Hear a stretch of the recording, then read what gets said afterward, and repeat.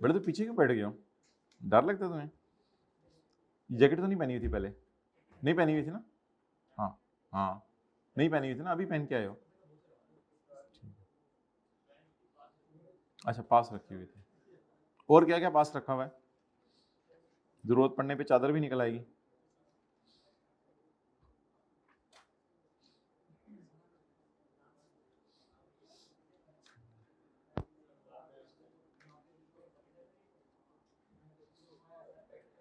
Page number 750।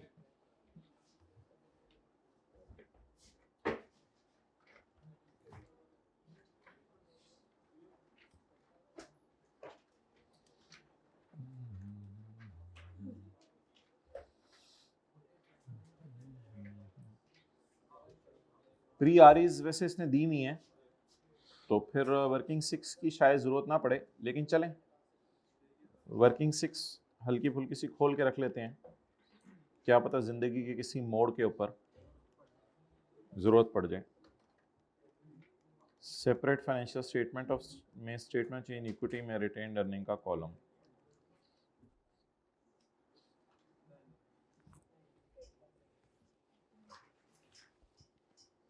जी, पैसा जा जा जा, ओपनिंग छोड़े पर, ओपनिंग अगर नहीं मिल रहा तो बस ठीक है, पैट निकलवाएं। पी का, अच्छा ये ना मैं आपको वो बता दूं, ये जो है ना, ये असल में ये जो लाइन लिखी हुई है ना, इन्वेस्ट गेन और loss on remeasurement of investment, ये IFRS 9 वाला गेन लॉस है। Gain on loss on remeasurement of investments in the shares of another entity, securities shares होती है in the shares of another entity. तो इसको सामने रख के मेरे भाई ये जरा लाइन पढ़ लें, पता नहीं गेन P&L में जाना है OCA में जाना है। पेरेंट ने लिस्टेड सिक्योरिटीज को मेजर किया हुआ FVTPL पे, whereas subsidiary and associate ने उनको मेजर किया हुआ है 1 जून के बाद। अच्छा, ये बताता होता है ये प्री वालों के पोस्ट वालों के। 1 जून के बाद उसने उसको मेजर किया है FVT, उसने उसको FVT OCI पे रखा है। अच्छा, यहाँ पे ना हम यूनिफॉर्म अकाउंटिंग पॉलिसी वाला रूल नहीं लगाएंगे, ये ज़रा बच्चे आ जाएं फिर मैं आपको बताता हूँ वजह। छोटी सी वजह ये है कि असल में IFRS 9 यहाँ पे प्रिवेल करेगा कंसोलिडेशन के स्टैंडर्ड पे। IFRS 9 ने सख्ती से मना किया हुआ है FVT वालों को रिक्लासीफाई करके P&L में नहीं डाला जा सकता, इसलिए ये हमारी यूनिफॉर्म अकाउंटिंग पॉलिसी की एक एक्सेप्शन है, ये असल में आज पढ़ानी है। तो क्योंकि FVT OCI इज इररिवोकेबल, तो अब पेरेंट P&L में रख रहे हैं, वो FVT OCI में रख रहे हैं, तो हम उसको जबरदस्ती FVTPL में नहीं ला सकते। बहरहाल मुझे बता दें ये कौन सा मेथड फॉलो करें? P&L, ये OCI, ये OCI। अच्छा, फाइनेंस कॉस्ट तो उठा लीजिएगा, लेकिन इन तीनों में से जरा देख के उठाइएगा जिसके साथ मैंने P&L OCI लिखा है। चलें जी, कराएं total my dear. 4100 minus 2880 minus 800 जमा 414, बस देखिए ना कैलकुलेटर पे, कोई ना कोई गड़बड़ ना हो जाए। 4100 माइनस 2880 माइनस 800 जमा 414 जमा 195 P&L में जाएगा, कितना हो गया? 1029।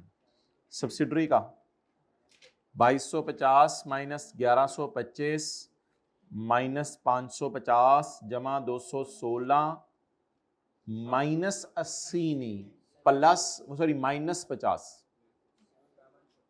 741 2100 minus 1365 minus 303 minus plus 95 minus 35 492। Dividends नहीं है, दिए, कहाँ दिया है? पेड, पेड तो फिर रिकॉर्ड हो गया होगा ना। कितना? एस का शेयर कैपिटल कितना है? 1500 ज़रब, यहाँ हमेशा फुल आया करेंगी चीजें, 120। और ओपनिंग क्लोजिंग आरी का डेटा नहीं दिया हुआ, ये आरी जो दी होती है ना, ये डेट ऑफ इन्वेस्टमेंट की होती है।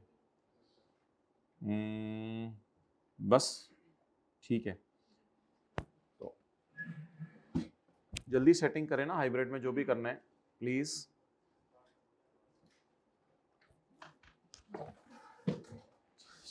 चलें जी, आप हजरात का इंतजार किया जा रहा था, जो लोग लेट आए हैं ये फिगर्स काटें।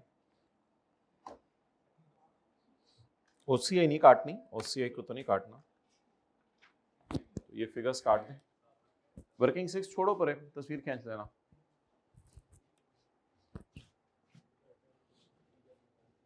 Consolidated statement of comprehensive income.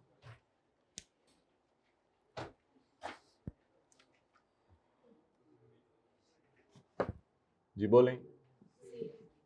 Cell, cost of sale, operating expenses. Saif ये ज्यादती है वैसे जो आपने छुट्टी की है ना, उमर को भी साथ ले गए हो। इधर बैठे होते थे ना।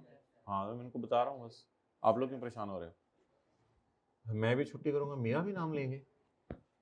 Other income, gain on listed securities उसमें डाल सकते हैं वैसे, minus finance cost, PBT.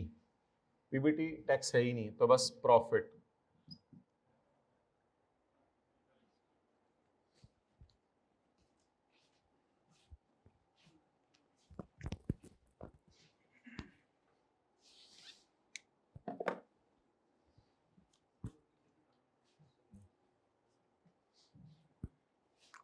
Working 6 देखनी है इन्होंने।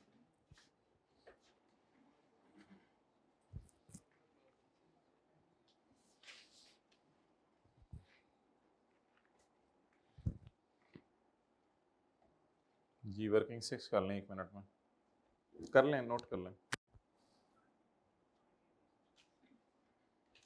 जी आया नू,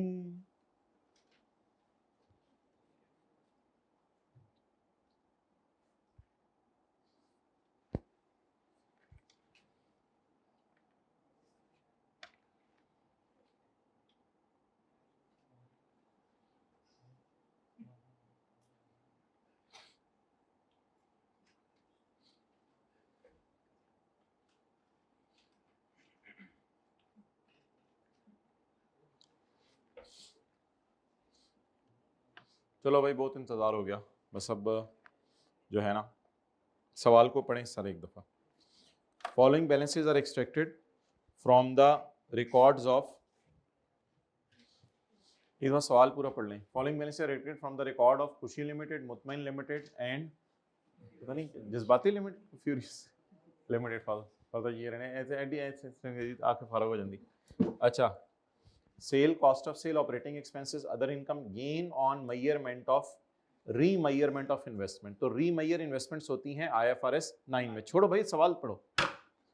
इन लिस्टेड सिक्योरिटीज, लिस्टेड सिक्योरिटीज हों या प्राइवेट कंपनी के शेयर्स हों, ऐसी कोई क्लासिफिकेशन हमने IFRS 9 में तो नहीं पढ़ी, तो वो तो पता नहीं टैक्स की क्लास में आप पढ़ते थे। लिस्टेड सिक्योरिटीज हों, अनलिस्टेड हों, प्राइवेट कंपनी के शेयर्स हों, बस इन्वेस्टमेंट इन शेयर्स होती है वो। Finance cost, surplus arising on revaluation of PPE for the year, कितना? 100। अच्छा, सरप्लस के बारे में वाजे लिख दिए, 31 दिसंबर 21 का है, यानी जो 31 दिसंबर 21 को ओनर्स हैं सिर्फ उनको देना है। ये सरप्लस 31 दिसंबर 21 का है जो PPE के ऊपर सरप्लस आया है। अच्छा, आगे पूरे सवाल में मेरे ख्याल से पेरेंट और सब्सिडरी का रीवैल्यूएशन सरप्लस सवाल में नहीं गिवन PPE का। तो एक हमने कॉन्सेप्ट किया था कि ये दोनों फेयर वैल्यू मॉडल, ये दोनों कॉस्ट मॉडल, ये फेयर वैल्यू, ये कॉस्ट, ये फेयर वैल्यू, ये कॉस्ट। हमने ये नहीं किया हुआ कि ये कॉस्ट और ये फेयर वैल्यू। इसकी वजह ये है कि एसोसिएट की यूनिफॉर्म अकाउंटिंग पॉलिसी होना जरूरी नहीं है। हमने कंसोलिडेशन के चैप्टर में कंसोलिडेशन करते हुए पढ़ा था कि सब्सिडरी की यूनिफॉर्म अकाउंटिंग पॉलिसी नहीं है तो उसको सेट करेंगे। एसोसिएट, आप क्यों लेट क्यों आ रहे हो हैं मेरे भाई, लेट क्यों आ रहे हो? नहीं, चाहे तो आप ले आए जज़ाकल्लाह, लेकिन आप क्यों लेट आए? इस यानी मेरे ऊपर कंस्ट्रक्टिव ऑब्लिगेशन बन गई। अच्छा ये देखो अच्छा चलो बाई। अच्छा ये IFRS 9 वाला गेन है, ये फाइनेंस कॉस्ट है, ये सरप्लस है। अच्छा अब जरा वो से बात सुनिएगा, एसोसिएट को अकाउंटिंग पॉलिसी सेम रखना जरूरी नहीं है। एसोसिएट को सेम अकाउंटिंग पॉलिसी रखना जरूरी नहीं है। दूसरी बीवी को अपने हाल पे छोड़ दें। बोलें, दूसरी बीवी को अपने जो मर्जी पॉलिसी लगाए, जो नहीं है वैसे भी, तो जो मर्जी पॉलिसी लगाए, उसको यहां से कॉन्सेप्ट याद रहता है डीप डाउन, तो दूसरी बीवी को अपने हाल पे छोड़ दें। तो इसलिए ये चाहे रिवोल्यूशन मॉडल फॉलो करे चाहे ना करे, जो ये कर रही होगी वो हम कहेंगे ठीक है बीवी, ठीक है, आप सरप्लस पसंद है आपको, ठीक है, लेकिन इसको अच्छा सॉरी इंसाफ तो करना होता है ना। अच्छा लेकिन छोड़े, पता नहीं क्या बातें निकल गई, सादा सी बात है। तो लिखें जी इस सफ़े के ऊपर कि IAS 16 में एसोसिएट रिवैल्यूएशन मॉडल फॉलो कर रही है, पेज 750। IAS 16 में एसोसिएट रिवैल्यूएशन मॉडल फॉलो कर रही है,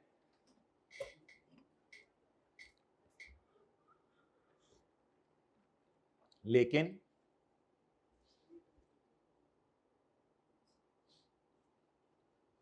पेरेंट नहीं भी कर रहा तो इसको करने दें।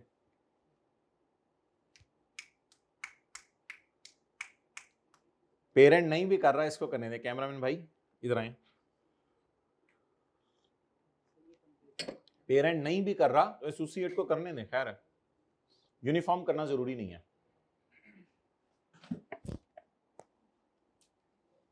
इसको सेट करना है रिमोट। अच्छा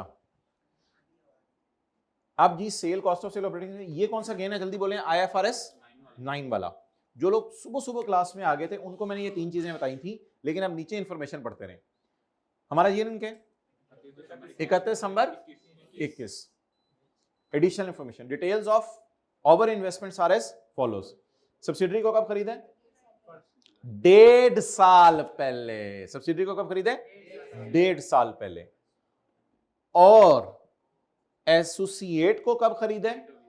हमारे साल के दौरान।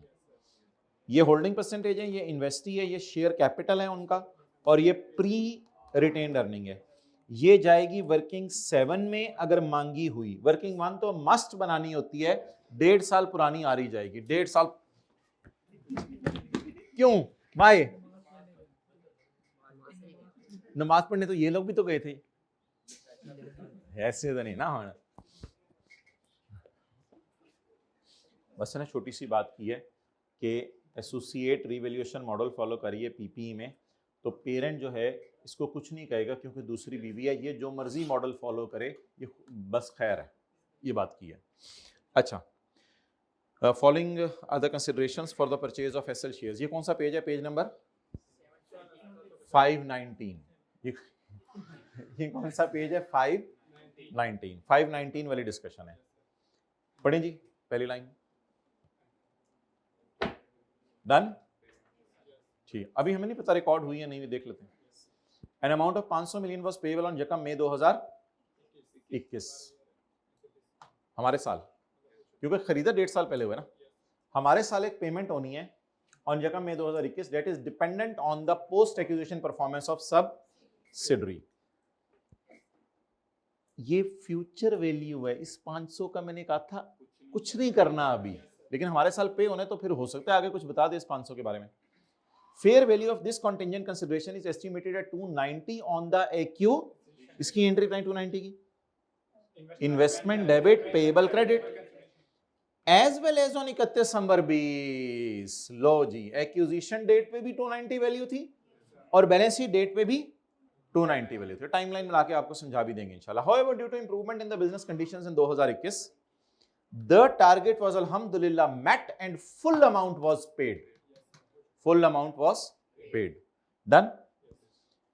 HL has included the full payment and cost of investment। उसने गलती से full payment को cost of investment में डाल दिया। वो मैं बताता हूं कि गलती क्यों है। इसने गलती से full payment को investment के अकाउंट में डाल दिया है।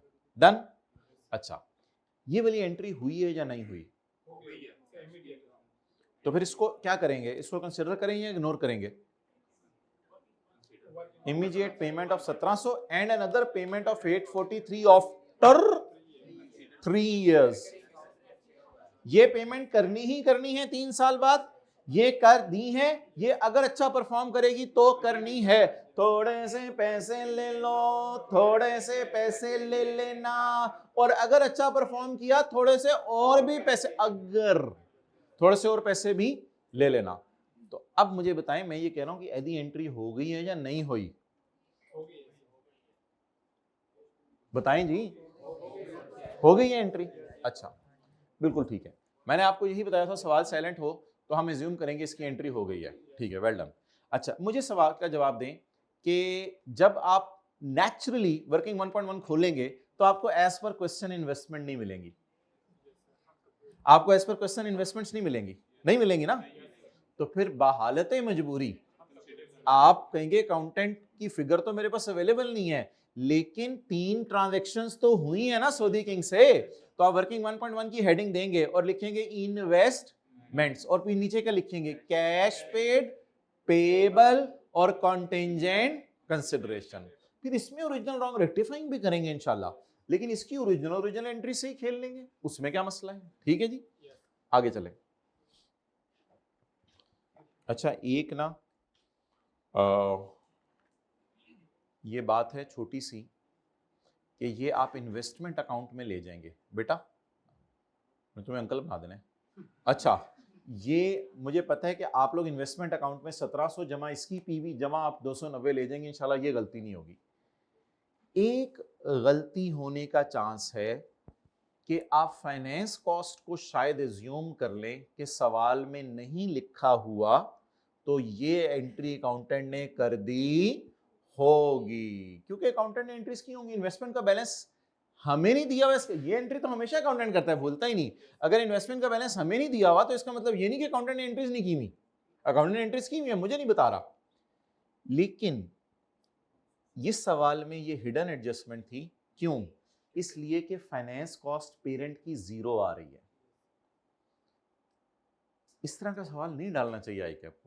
यहां से पता चला कि फाइनेंस कॉस्ट भी अकाउंटेंट ने अनवाइंड करके रिकॉर्ड नहीं की। लेकिन ये कोई इतना मसला नहीं था। कुछ ने फाइनेंस कॉस्ट लगे हाथों कैलकुलेट कर जाना था, पोस्ट भी कर देना था, कुछ ने नहीं पोस्ट करना था।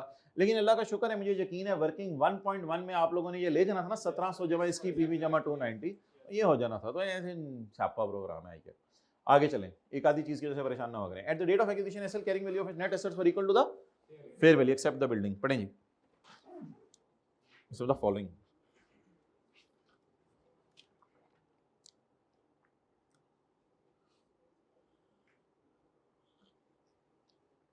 हाथ खड़ा करके एंट्री बताएं।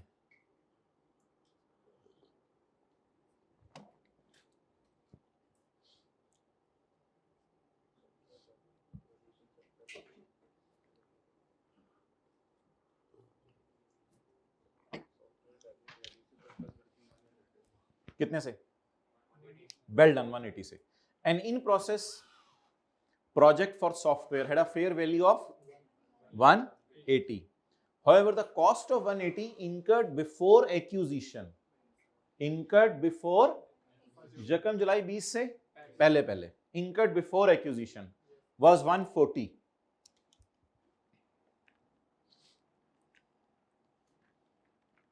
हमारा ईयर एंड क्या है? 31/12/21।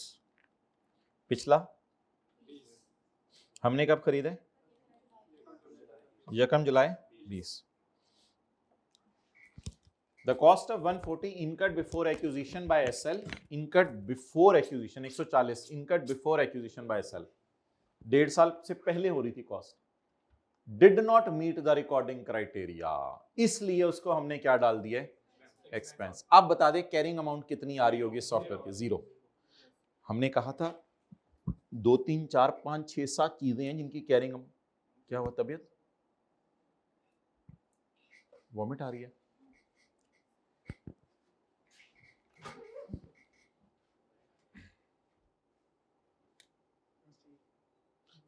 तो आपको, आप साथ चले जाओ, नहीं आप आ जाओ भाई, वो जा रहे हैं।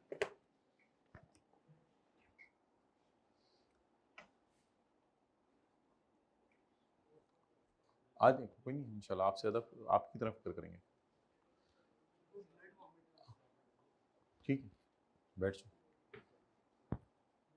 अच्छा जी, आफ्टर एक्यूजिशन, आफ्टर एक्यूजिशन,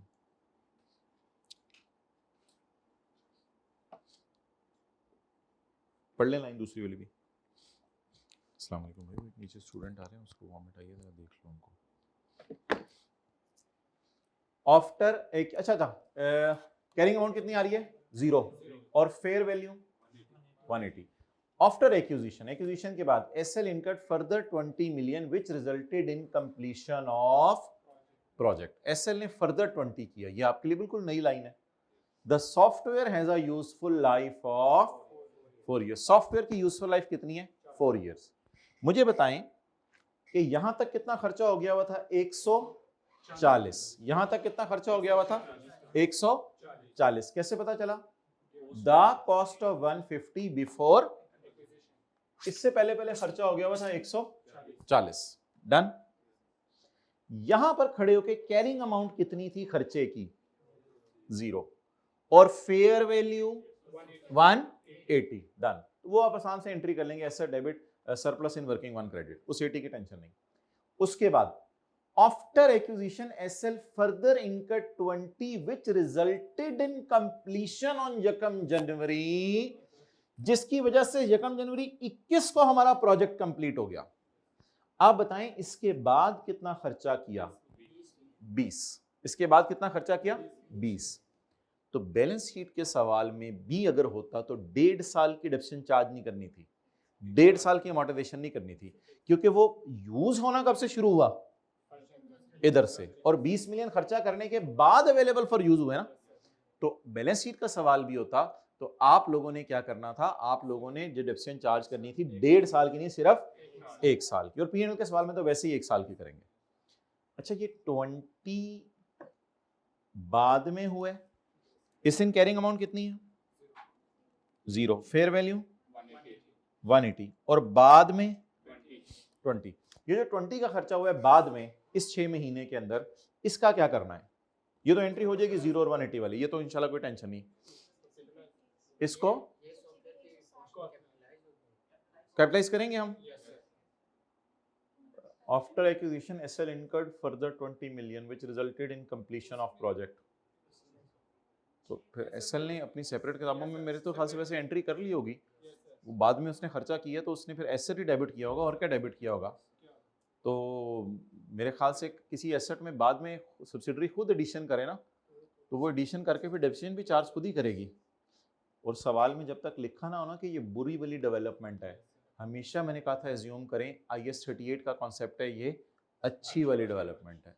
तो एस ने कैपिटलाइज कर लिया होगा 20 को, और वो अमोर्टाइज भी कर रही होगी, लेकिन मैं चाहता हूं कि मेरा 180 जमा 20 200 का एसेट है टोटल, उसमें 20 को उसने कैपिटलाइज करके डेप्रिसिएट कर दिया होगा, मैं अपने पुराने तरीके से वही काम करूंगा 180 को।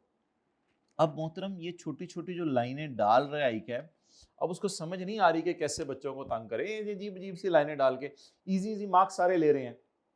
मेजॉरिटी बच्चों ने 0 और 180 को कंपेयर करके सरप्लस निकाल लिया था और जाके रिकॉर्ड कर दिया था। तो ये छोटी छोटी बातें हैं वो करें, इनका कोई हल नहीं है। आगे चलें, अगली एडजस्टमेंट पढ़ें।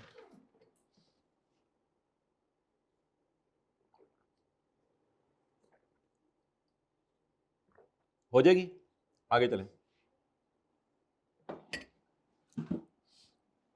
अच्छा, अब जो हजरात क्लास के शुरू में नहीं आए थे वो मेरी बात सुने। पेरेंट ने पार किया है इन्वेस्टमेंट IFRS 9 वाली, ऊपर मुझे पता चल गया था कि उसने इन्वेस्टमेंट इन सिक्योरिटीज लिखा हुआ है इसलिए IFRS 9 बोला है। पेरेंट ने पार कर दिया है इन्वेस्टमेंट को एज पर FE TPL, whereas subsidiary और एसोसिएट ने पार किया हुआ है इनको FET OCI। इनिशियल रिकॉग्निशन हुई थी यकम जून को, यानी यकम जून को ये खरीदी है और इसको कहां पार कर दिए, OCI में। यकम जून को खरीदी है, यकम जून को खरीदी है और 7 महीने हमारे पास पड़ी नहीं, इनको OCI में भेज दिया। अब एक कॉन्सेप्ट मैंने आपको बताया था कि पेरेंट और सब्सिडरी की यूनिफॉर्म पॉलिसी होनी चाहिए। एसोसिएट जो मर्जी कर रही है छोड़ें, वो FET OCI भी पड़ी रहे।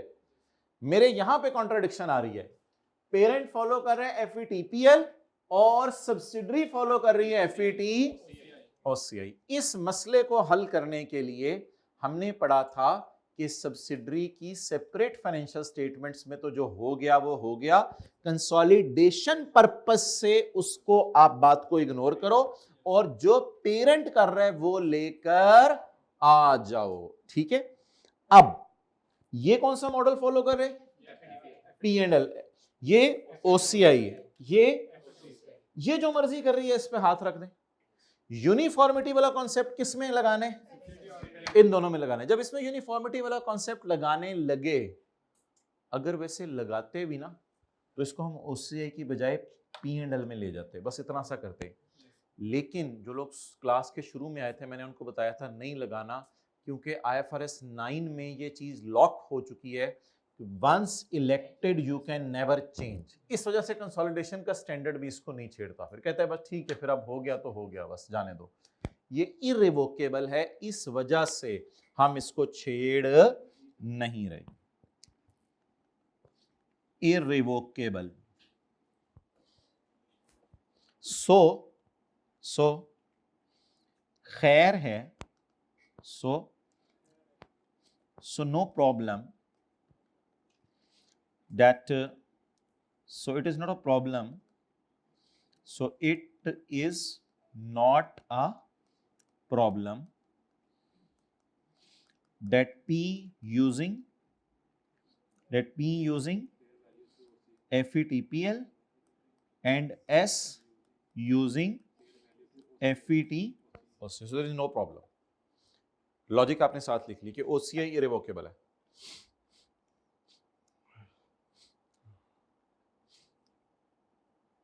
जी भाई पता करें क्या जवाब।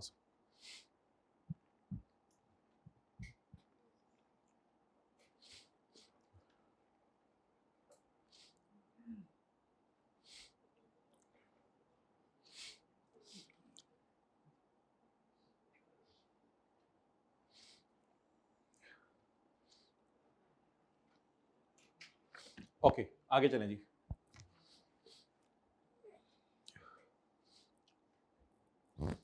दो रूल्स हमें पता चले। पहला रूल, सब्सिडरी जो मर्जी मॉडल फॉलो करे, जिस मर्जी एसोसिएट, उसको करने देना है। पेरेंट और सब्सिडरी को हमेशा यूनिफॉर्म पे लाना है। लेकिन अगर IFRS 9 में वो FET OCI फॉलो कर रही है तो वो इर्रिवोकेबल है, इसलिए उसको रिवर्स नहीं करना। बाकी एक ने डिविडेंड दिया, उसने अपनी अदर इनकम में डाल लिया, उसको देख लेंगे। FL delivered goods having a sale price of इतने, एट मार्कअप ऑफ इतने। इम्पेयरमेंट टेस्ट गुडविल का आ गया। Income and expenses accrued evenly during the year, except कहीं अगर लिखा हो, एक्सेप्ट कहीं अगर लिखा हो। इसके अलावा इनकम्स और एक्सपेंसेस अक्रू हो रहे हैं इवनली। तीन जगह लिखा हुआ है। एक इस सरप्लस के बारे में उसने बताया ये सिर्फ 31 दिसंबर वालों का है, ऑन अराइज हुए 31 दिसंबर वालों का। ये फॉर द ईयर तो लिखा हुआ है लेकिन नीचे उसने बता दिया ये ऑन 31 दिसंबर 21 वालों का है। और ये वाले जो गेन्स हैं ये यकम जून 21 के बाद वालों के हैं, यकम जून 21 के बाद वालों के हैं। इनको आपने बड़ा 12 वो नहीं करना, देख लेंगे ये पुरानों के हैं या नए के हैं। इन तीन के अलावा और किसी जगह कुछ लिखा नहीं हुआ था। और डिस्काउंट रेट इज 12%, वो तो वो जो पेएबल पड़ा हुआ था ऊपर 3 साल वाला, उसमें यूज करेंगे। कॉन्टिंजेंट कंसिडरेशन की मैंने कहा था फेयर वैल्यू खुद दिया करेगा, वो फेयर वैल्यू पीबी टाइप चीज होगी। ओके, अब आप हजरात बता दें कहां से सवाल शुरू करते थे हम। 6 फिगर्स हम लिखते थे, 6 फिगर्स लिखवाएं मुझे। मुझे 6 फिगर्स लिखवाएं। जो लोग लेट आए हैं मैंने प्रॉफिट्स निकाल दिए हैं, वो खुद भी घर जाके निकाल लीजिएगा। 1029, 741 और 492। ऐसे ही पेंसिल से इधर लिख दें, कोई मसला नहीं, पेंसिल से इधर लिख दें। 1029। यार वैसे पी का प्रॉफिट कहाँ करना ही क्या होता है, पी का प्रॉफिट ना लिखा करें, वैसे टाइम्स आया। एस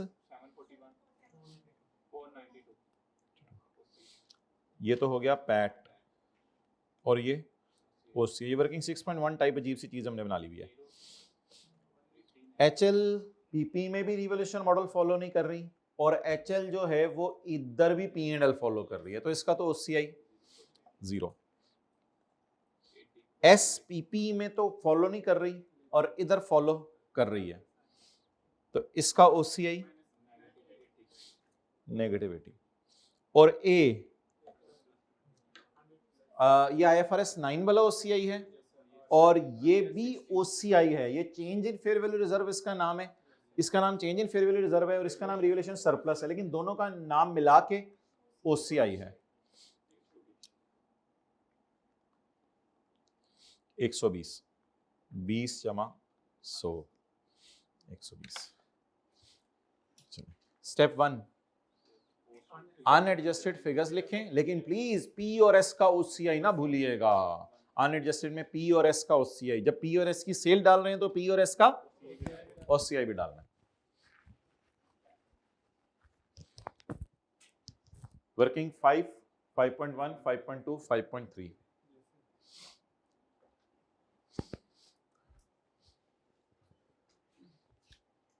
उधर ही रखें,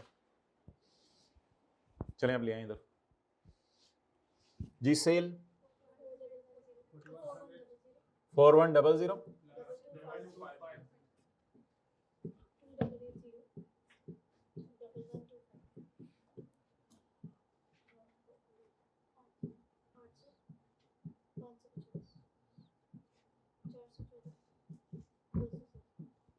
दो सौ,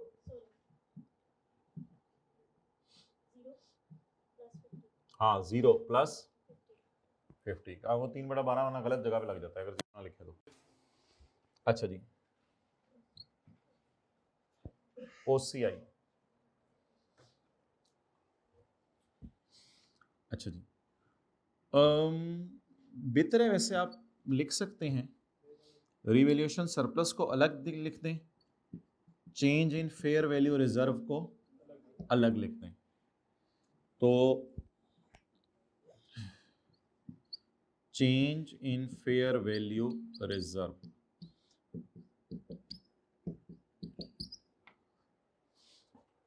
जिसमें दोनों की सेल डालनी है, दोनों का सरप्लस और दोनों की change in fair value reserve भी डालें।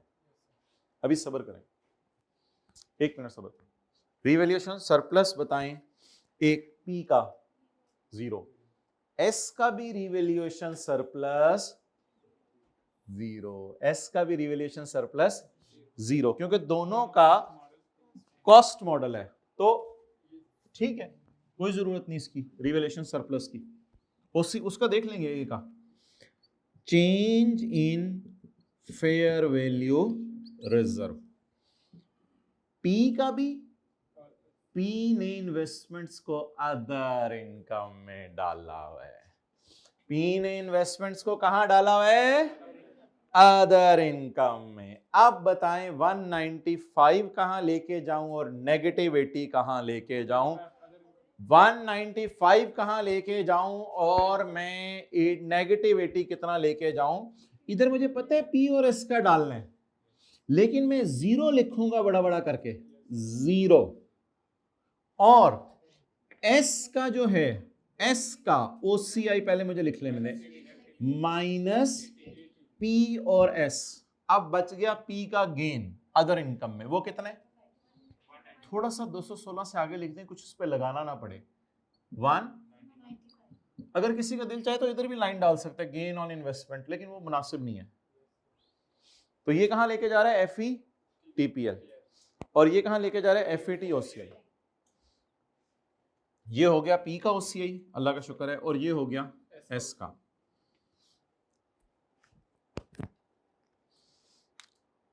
अच्छा, कुछ लोग पी और एस का ओसीआई लिखते हुए फिर सोचते हैं कि उधर भी जाने इधर भी आने, नहीं नहीं नहीं, पी का तो नहीं, एस का ओसीआई उधर भी जाने क्योंकि एनसीआई को देना है, उधर वर्किंग्स में इसलिए जाना है कि उसमें से थोड़ा एनसीआई को देना है। बाकी देखो इनकी सेल वगैरह सारी जमा होती है तो सरप्लस भी दोनों के जमा होंगे। अब put the unadjusted figures and open working 5, 5.1, 5.2, 5.3 S profit.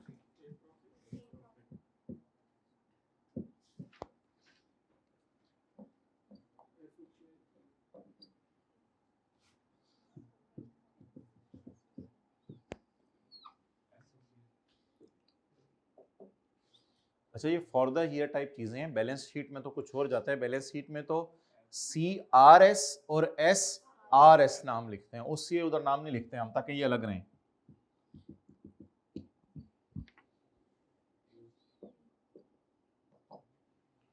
ए का उसी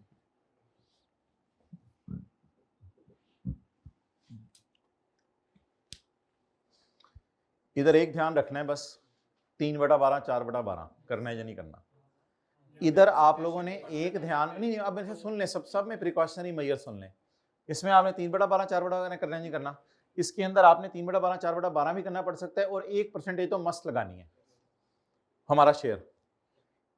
इसमें आज तक कभी आई कैप ने 3/12, 4/12 नहीं करवाया, वो वाजे बता देता है कि ये पुरानों का है या नयों का है। अगर ये नयों का हुआ तो हम इसको इधर डाल देंगे और अगर पुरानों का हुआ तो इग्नोर कर देंगे, पेपर में वो शायद वर्किंग 1 करते हुए आपको बता देगा वो कितने। तो इसमें आज तक कभी भी आई कैप ने एसओसीआई एओसीआई में 9/12, 3/12, 4/12 नहीं करवाया। वो हमेशा कोशिश करे कि मैं वाजे तौर पे ओसीआई सिर्फ नए लोगों को दूं, ओसीआई, क्योंकि ओसीआई शायद इस टाइप की चीज नहीं है जिस पे 3/12, 4/12 लगवाना चाहता है। तो हर जगह जाके देखिएगा जहां भी उसने ये वाले काम हमने जब से शुरू किए हैं तो अक्सर टाइम्स वो नए वालों को दे रहा है ये चीज।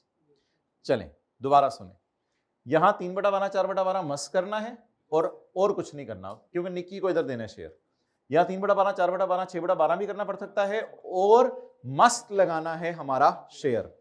यहां 8/12, 9/12 करना है, वो देखते हैं कि ये ओसीआई कब का है और ए का ओसीआई भी देख लेते हैं ये कब का है, लेकिन ए के ओसीआई में परसेंटेज जरूर लगानी है। अब 1 बाय 1 देखना शुरू कर दें। 741 और 492। 741 को उधर लेके जाने से पहले आप तसल्ली से पेपर में देख लिया करें date of purchase. Date of purchase 1.5 साल पहले, तो कोई मसला नहीं, कुछ बटा 12 लगाने की जरूरत नहीं। एस प्रॉफिट 741, तसल्ली से देखिएगा, ये फाइनल कुछ टच रिवीजन हो रही है। 492 के नीचे 3 चीजें देखें। नंबर 1, कितने महीने का है इसमें से हमारा और कितना है हमारा।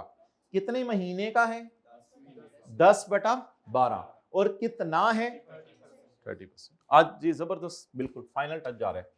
ए का प्रॉफिट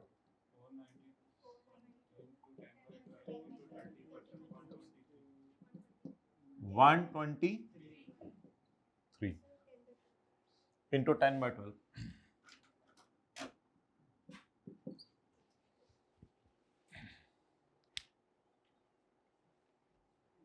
वेलकम बैक। अच्छा जी, बड़े टाइम पे पहुंचे हैं एडजस्टमेंट शुरू होने से पहले। ओके, -80, -80, ये -80 है किसका, ओसीआई एस का, और ये किसका, अभी तो देखो, और ये एस का ओसीआई है और ये ए का ओसीआई है। इन दोनों में देख लें ये ओसीआई कब के हैं। -80 कब का है? -80 जो है वो है 1 जून 21 के बाद का। इसका मतलब है ये सारा ही हमारा है, कुछ बटा 12 करने की जरूरत नहीं है क्योंकि हमने तो पिछले साल का खरीदा हुआ इसको, तो ये सारा ही हमारा है। ठीक है, वैसे भी सब्सिडरी तो वैसे भी 1.5 साल पहले खरीदी हुई है, तो ये तो इस साल सरप्लस आया है, ये तो फॉर द ईयर आया है, ये तो सारा ही हमारा होगा, तो इसमें तो कोई परेशानी वाली बात नहीं। अब SOCI ब्रैकेट में छोटा सा लॉस 80।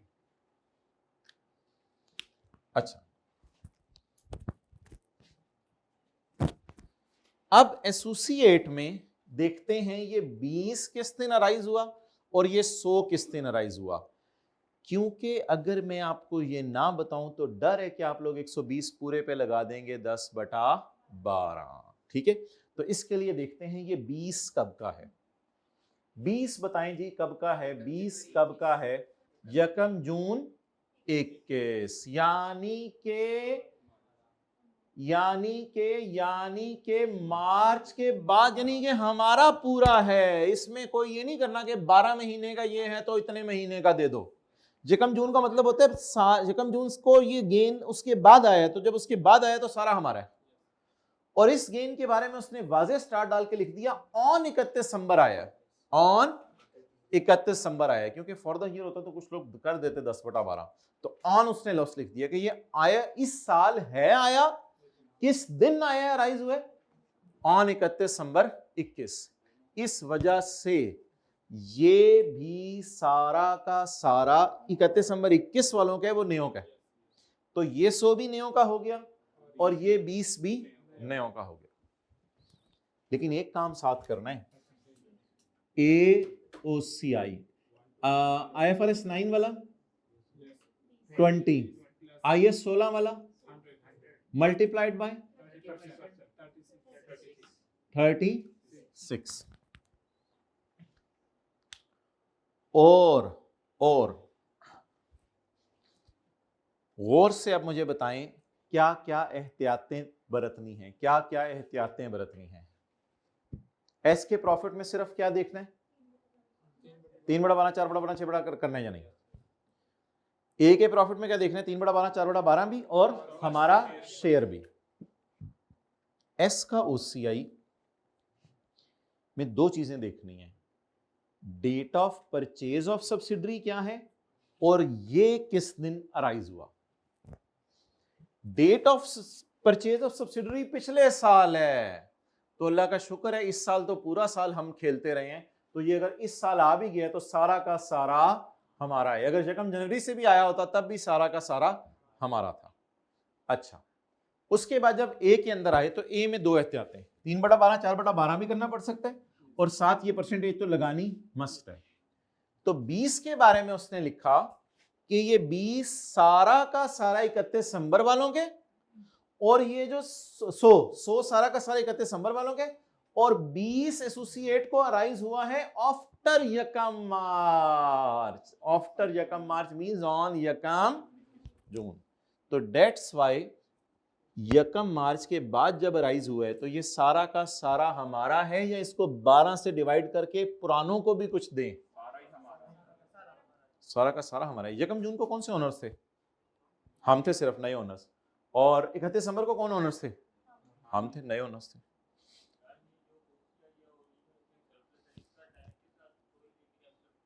हाँ, अगर कभी खाली इस तरह लाइन आ गई ना पेपर में ड्यूरिंग द ईयर, फिर कर देना, कोई इतनी बात नहीं, कर देना।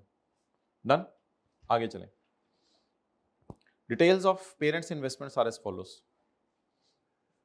होल्डिंग में से 75 इन्वेस्टी एसेट। अच्छा जी, एस का शेयर कैपिटल कहाँ जाता होता था, वर्किंग 1 में। खोले वर्किंग 1, वर्किंग 1 तो इन सवालों के लिए खोल ली है। थोड़ा सा टाइम इस वजह से लग गया कि काफी सारी चीजें रिवाइज करवानी थी। एडजस्टमेंट अकाउंट जी, शेयर कैपिटल, ए का शेयर कैपिटल कहाँ जाता है, मैंने मारना है वर्किंग 7 में जाता है, पता नहीं केड़े पिंडू आते हैं और क्या क्या बातें करते हैं। कहीं भी नहीं जाना, कहीं भी नहीं जाना, बस ज्यादा से ज्यादा इस पर डिविडेंड की परसेंटेज लगती है और कुछ भी नहीं है। अच्छा चलें, कोई नहीं, हो जाते हैं, इंसान है, आगे चलें। प्री आ रही, ये वर्किंग 7 में जानी है, लेकिन वर्किंग 7 हमने करनी नहीं, लेकिन वर्किंग 1 हमने करनी है। ये कितने साल पुरानी आ रही है, 1.5 साल पुरानी आ रही है, 1.5 साल पुरानी आ रही है। तो ये 1.5 साल पुरानी हारी को कहीं इधर ना डालिएगा, ना ये ओपनिंग है ना क्लोजिंग है, कोई बोंगी ना मारिएगा। हमने 1.5 साल पहले खरीदा हुआ है। 1.5 साल पहले का मतलब है ना ये हमारे साल के शुरू की है, ना ये हमारे साल के एंड की है। कोई रिवर्स वर्किंग नहीं हो सकती, कुछ भी नहीं हो सकता, डेड लॉक है। पिछले साल के प्रॉफिट्स नहीं हमें पता, पिछले साल के 6 महीने के प्रॉफिट्स नहीं हमें पता, पिछले साल के 6 महीने के हमें प्रॉफिट्स नहीं पता। प्रॉफिट इस साल का दिया हुआ है और आरी ये वाली दे दी है, तो आरी बस प्री आ रही है फिर ये, तो बैलेंस शीट में तो प्री जाती है ना। तो बैलेंस शीट का सवाल तो हम नहीं कर रहे, लेकिन वर्किंग वन तो वो वाली करनी पड़नी है। ये प्री आ रही, या वो 1.5 साल के प्रॉफिट देता तो हम रिवर्स वर्किंग करके निकालते, या उसने आसानी कर दी हमारे लिए।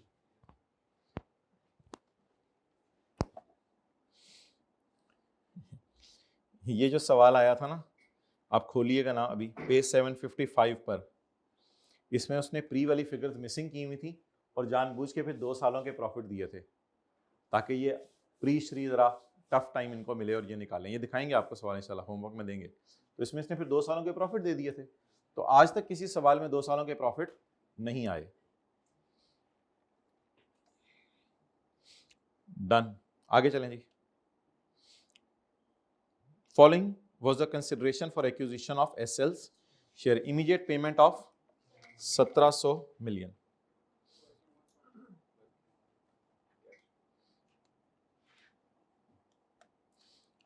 क्या इसका नाम रखना है, इन्वेस्टमेंट, बस ये एस वाली होंगी एज पर क्वेश्चन, तो कोई गिवन नहीं है।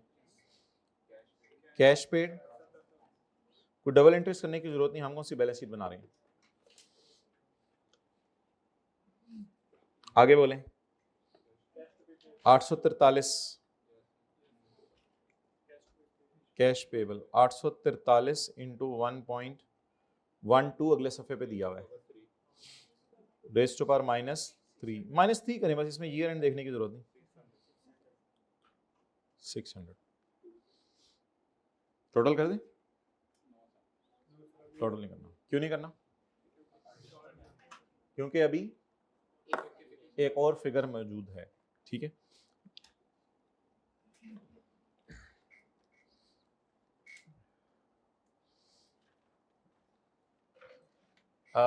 अगली एडजस्टमेंट की तरफ चलें या 600 के साथ जो कुछ करना है कर जाएं।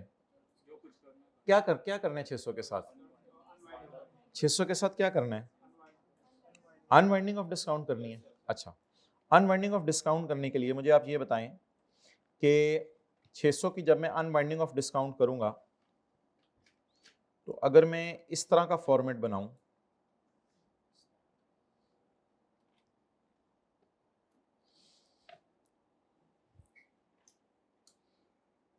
असल में थोड़ी सी ना इसमें हमें मेहनत करनी पड़ेगी।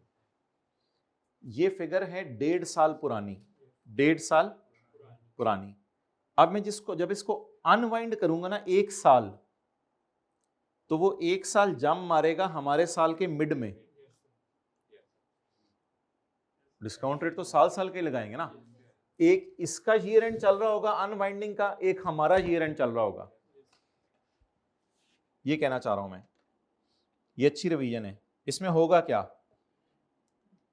3 साल बाद पेमेंट करनी है, तो मैं जब अनवाइंड करूंगा तो पहला डिस्काउंट यहां आ जाएगा, दूसरी अनवाइंडिंग मारूंगा तो वो यहां आ जाएगा, फिर इस अनवाइंडिंग में से 6/12 हमारा होगा और इस अनवाइंडिंग में से 6/12 हमारा होगा, क्योंकि 3 साल का गैप है, ठीक है। अगर कोई बच्चा गलती से अगर यहां होता ना, तो फिर सिंपली मेरा ये ईयर एंड होता, तो मैं उसको पकड़ता इंटू रेट इंटू 6/12, बस छुट्टी हो जाती, कोई मसला नहीं था, क्योंकि वो पूरे साल का निकलना था, इसको 6/12 कर देना था, ठीक है। लेकिन अब मैं जो है इस तरह इस सवाल में नहीं करता 6/12, क्योंकि अब मैंने इसका ईयर एंड कब खत्म होना है, इधर, तो उसका पूरा निकाल के ये वाले 6/12 अलग निकाल लूंगा। हाँ, अगर P&L का सवाल होगा तो 1.5 साल का CRE में हिट होगा, P&L का सवाल होगा तो 1.5 साल, सॉरी बैलेंस शीट का 1.5 साल का, और P&L में कितना हिट होगा, 1 साल का। चलिए नमाज पढ़ें फिर करते हैं, 55 पे आ जाए।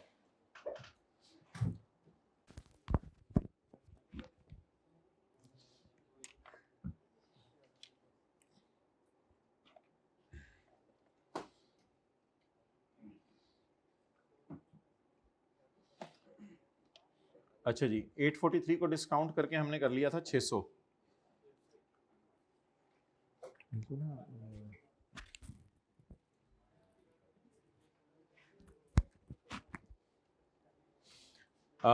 इसमें ना अब आपके पास दो ऑप्शंस हैं। ये प्रेजेंट वैल्यू आपने किस दिन निकाली है? ऑन यकम जुलाई 20, ऐसा ही है। देखो माय डियर, यकम जुलाई 20 को हमने खरीदा ना सब्सिडरी को, तो ये प्रेजेंट वैल्यू किस दिन निकाली है? बोले यकम जुलाई 2020। Well done. आगे चलें। अब आपके पास दो ऑप्शन हैं, जो आपको पसंद हो। पहली ऑप्शन आपके पास ये है कि आप यकम जुलाई 20 से 30 जून 21 तक का इंटरेस्ट निकालें, और यकम जुलाई 21 से 30 जून बस साल का ही करें, फिर वैसी बात करो, 30 जून 22 तक का, 2 सालों का निकालें। इसका तरीका क्या होगा देखें इधर, 600 इंटू, नहीं परसेंटेज बताएं, बस 600 इंटू 12% इज इक्वल टू 72, और कंपाउंड करें 600 जमा 72 इंटू 12% इज इक्वल टू 81। अब मुझे बताएं, एक दफा मैंने शायद इस तरह डलवा के भी करवाया था कि कंपाउंडिंग भी होती है। अगर आप डी कमीशनिंग वाले तरीके से चाहते हैं तो वो फिर मैं निकाल के आपको दिखा देता हूं, जो फिर आपको तरीका पसंद हुआ। डेट, डिस्क्रिप्शन, प्रोविजन रहने दें, बस पेएबल। अच्छा, फिगर कितनी थी total? 843 into 1 point raise to power -3 is equal to, बोले यकम इन्वेस्टमेंट डेबिट पेएबल क्रेडिट। अच्छा, इसका ईयर एंड ना बदलें, 30 June 21, carrying amount of payable 843 into 1.12 raise to power -2, 672।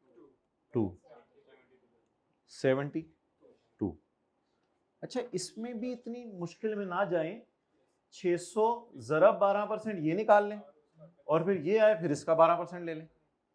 इसमें भी इतनी गुमाइयों में क्यों जा रहे हैं? समझ आ रही बात? इसका मैनुअल तरीका भी तो पढ़ा था ना, 600 जरब जी 72, और ये क्या आ गया? बैलेंसिंग। अच्छा, इसको ले जाए फाइनेंस कॉस्ट। अब आप कैरिंग अमाउंट निकालें 30 जून 22 की, 672 इंटू 12%, 81, ये आ गई फाइनेंस कॉस्ट। जब आप इसका कुछ करना नहीं वैसे 753 का, लेकिन 753। अब आप वर्किंग 1.2 नोट कर लें, और लिख के, जो मर्जी आपको तरीका पसंद है, हमें कोई मसला नहीं। लेकिन अभी तक हमारे सवाल का इंटरेस्ट नहीं निकला, वो मैं निकालूंगा अभी। वर्किंग ये बन रही है 1.2, अनवाइंडिंग, जब भी वो होगा अनवाइंडिंग करनी है। अभी तो अनलकीली ये हुआ कि पहला सवाल जिंदगी में ऐसा आया जिसमें 1.5 साल पहले खरीदा हुआ है, तो वो फिर हमें अनवाइंडिंग 2 दफा करनी पड़ी।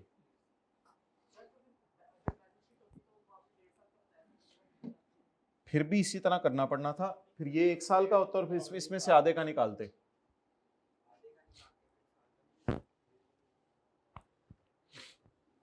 मैं आपके सवाल का जवाब देता हूं।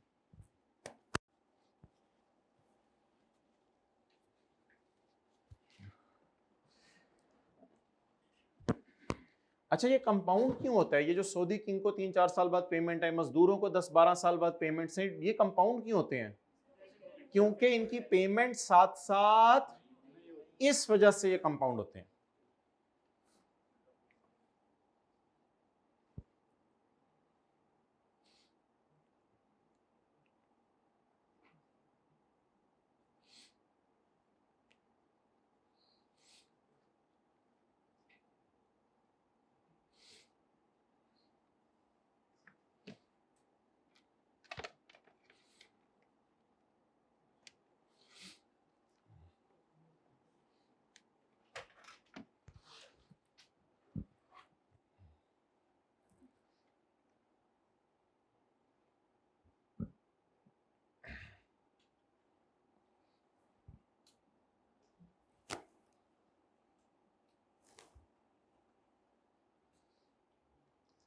अगर इस सवाल में बैलेंस शीट होती तो 1.5 साल की एडजस्टमेंट्स करनी थी, P&L तो 1-1 साल की एडजस्टमेंट करनी है।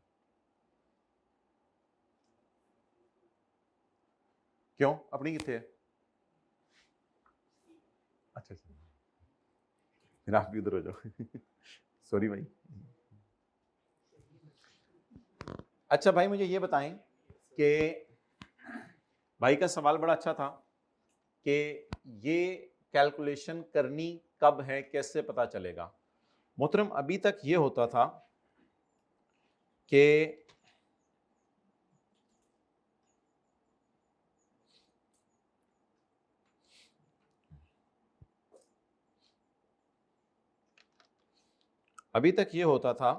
जितने भी सवाल थे हमारे, उसमें पेरेंट ने सब्सिडरी को या यहां खरीदा होता था या यहां खरीदा होता था, तो हम सिंपली क्या करते थे, पेमेंट 4 साल बाद भी होनी है, उसको उठा के इधर लाते थे।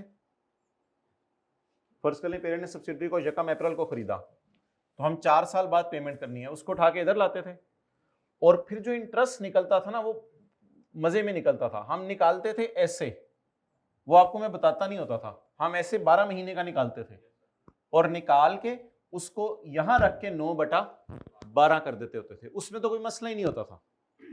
क्यों 9/12 करते होते थे? क्योंकि हमारा ईयर 9 महीने बाद खत्म हो रहा है और इंटरेस्ट कैलकुलेटर ने अनलकीली कितने अरसे का दे दिया था? पूरे साल का। तो इसलिए ये मसला आज तक कभी आया ही नहीं था।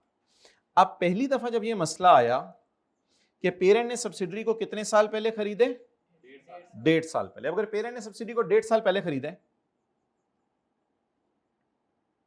पेरेंट ने सब्सिडी को 1.5 साल पहले खरीदा है, तो आपकी जो अनवाइंडिंग की फिगर होगी, इंटरेस्ट आपका 1 साल का ऐसे निकलेगा और 1 साल का ऐसे निकलेगा। मेरे ख्याल से ट्राई आप कर लीजिएगा घर जाके, अगर आपने ऐसे करने की कोशिश की ना, अमाउंट कितनी है? 600। अगर आपने ऐसे करने की कोशिश की ना, 600 ज़रब 12%, ज़रब 6/12, वो क्या जवाब आ रहा है? 36। 600 और अनवाइंडिंग करके 36, यहां जवाब आ गया 636। को समझ आ रही थोड़ी थोड़ी?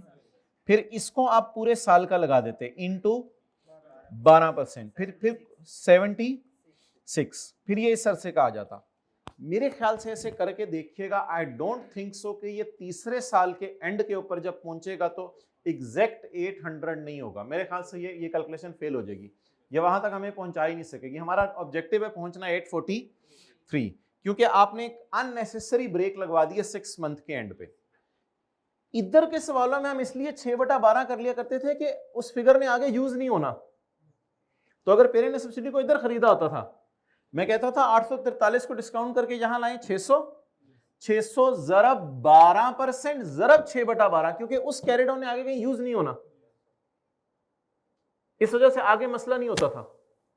इस सवाल में आगे मसले का डर है। तो मेरे ख्याल से है कि हमने कोई तकरीबन अगर 2 नंबर रखे होंगे तो 1 नंबर इस वाले बंदे को भी दे दिए होंगे, जिसने 600 ज़रब 12% ज़रब 6/12 इधर किया और फिर इसको आगे ले गया। इतना हल्का फुल्का चलता है, कोई इतने मसले वाली बात नहीं है।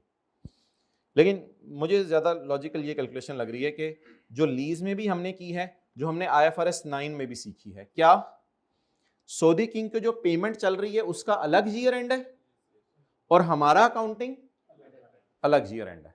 तो अब इसको आप पकड़ लें, ये शायद ज्यादा सादा तरीका लग रहा था मुझे।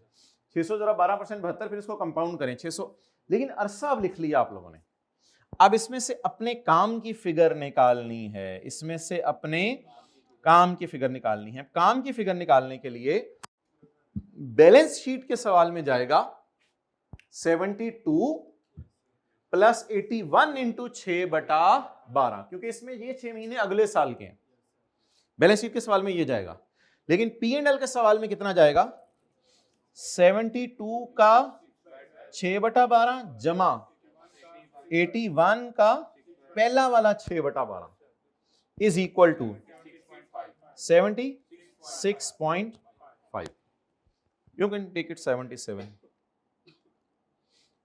इस 77 की एंट्री P&L के एंगल से बता दें, सिंगल एंट्री होती है P&L के एंगल से, फाइनेंस कॉस्ट डेबिट, बस बस बस फाइनेंस कॉस्ट डेबिट। कितने से? 77, working 1.2।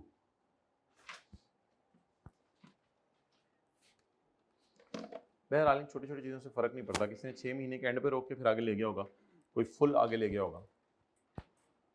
That seems more logical and more compatible जो हमने पहले किया हुआ है उन चीज़ों से। लीज IFRS 9 हर जगह यही करते थे, इनके ईयर एंड लग चला रहे होते थे और अपना अकाउंटिंग ईयर एंड 6/12 करके निकाल रहे होते थे।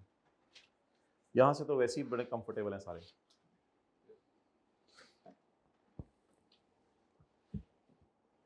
Next,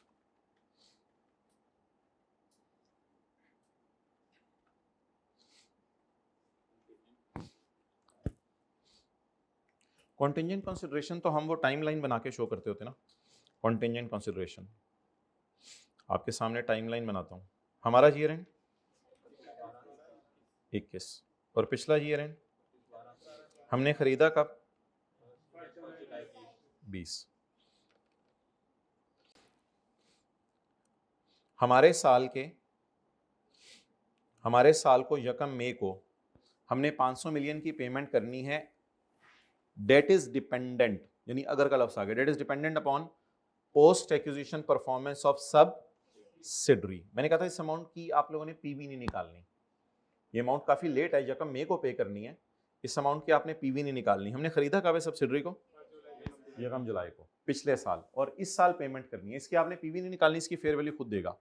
fair value of this contingent consideration was 290 and on acquisition date was also on balance sheet date it was also 290 and when we made the payment ये शूट अप करके चली गई पूरे 500 पे।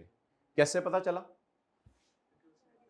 Due to improvement in business conditions in 21 the target was achieved and full amount was paid। अब original entries पहले हम करेंगे, ओरिजिनल एंट्रीज करेंगे। वर्किंग 1.3। अच्छा जी, ये 3 फिगर्स मुझे लिखवा दें। इस दिन क्या फेयर वैल्यू है? इस दिन भी अजीब सवाल है, इस दिन भी 290 और इस दिन यकम मई को 500। आप बताएं मुझे ओरिजिनल एंट्रीज इसकी। यकम जुलाई 20 को इन्वेस्टमेंट डेबिट पेएबल क्रेडिट कितना? 290। 31/12/20 को पिछले साल के P&L में इशारिया 1 रुपए डाल दें या सिफर डाल दें, इशारिया 1-2 रुपए सिफर डाल दें, तो वर्सेस वाली कैलकुलेशन से गुजारें ईयर एंड के ऊपर, इसको गुजारना होता है। तो कितना जवाब आया? 0। तो नो चेंज लिखना पड़ेगा, क्योंकि अगर बैलेंस शीट का सवाल होता तो 1.5 साल का ये पूरे का फर्क डालना था। P&L के सवाल में सिर्फ ये वाला फर्क जाएगा खर्चे में, ये पिछले साल के P&L में गया होगा। इंटरेस्ट के साथ भी तो यही किया, तो ये वाला फर्क कहां जाएगा? पिछले साल के P&L में, और ये वाला फर्क कहां जाएगा? हमारे साल। पिछले साल कोई चेंज आई ही नहीं, और हमारे साल बताएं कि एंट्री होगी किस दिन पेमेंट हुई है? यकम में 21 को पेमेंट हुई है। Excellent. Payable debit cash, cash की एंट्री काउंटर नहीं भूलता भाई, याद रखना। कितना? 290। और नुकसान कितना हो गया? 210। बैलेंसिंग CRE में ले जाइएगा अगर बैलेंस शीट का सवाल हुआ।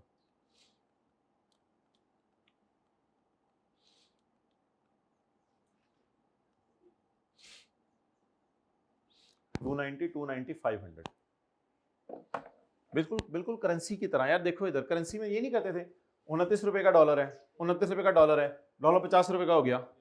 Inventory debit payable credit, payable को वर्सी वाली कैलकुलेशन से गुजारो, पेमेंट कर दो। 100% IAS 21 वाली एंट्रीज हैं। 100% बिल्कुल फर्क नहीं है। अच्छा, आपको सवाल पूछ रहे थे, क्लियर हो गया था? अच्छा, अब माय डियर मुझे देख के बताएं कि हमारे अकाउंटेंट ने क्या एंट्री की है। हमारे अकाउंटेंट ने क्या एंट्री की है?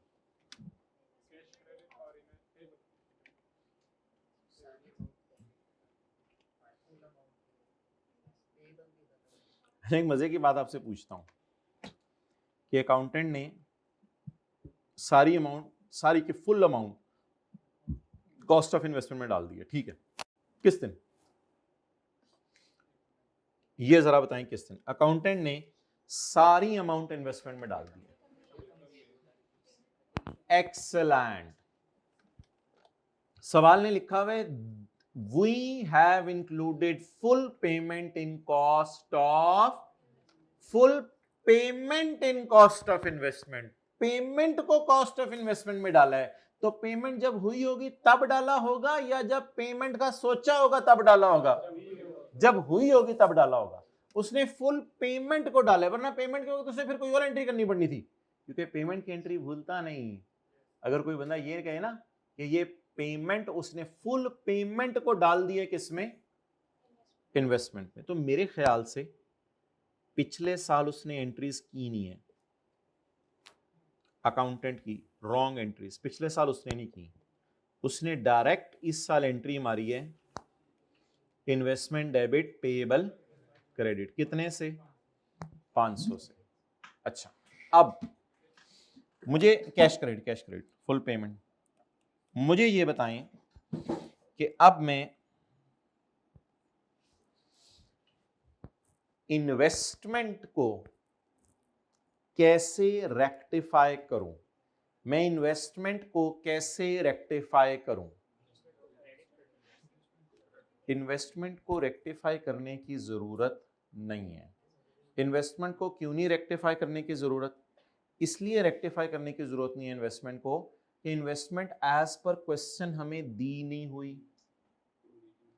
तो क्या ही अच्छा हो कि थोड़ी देर पहले तक हम ओरिजिनल खेल रहे हैं, ओरिजिनल तो इसमें भी ओरिजिनल से खेल लें। हम रेक्टिफिकेशन के चक्कर में क्यों पड़े? सवाल ने कहा इन्वेस्टमेंट अकाउंट में गलती हुई है, तो भाई फिर गलत बैलेंस भी तो दो इन्वेस्टमेंट अकाउंट का सवाल के अंदर।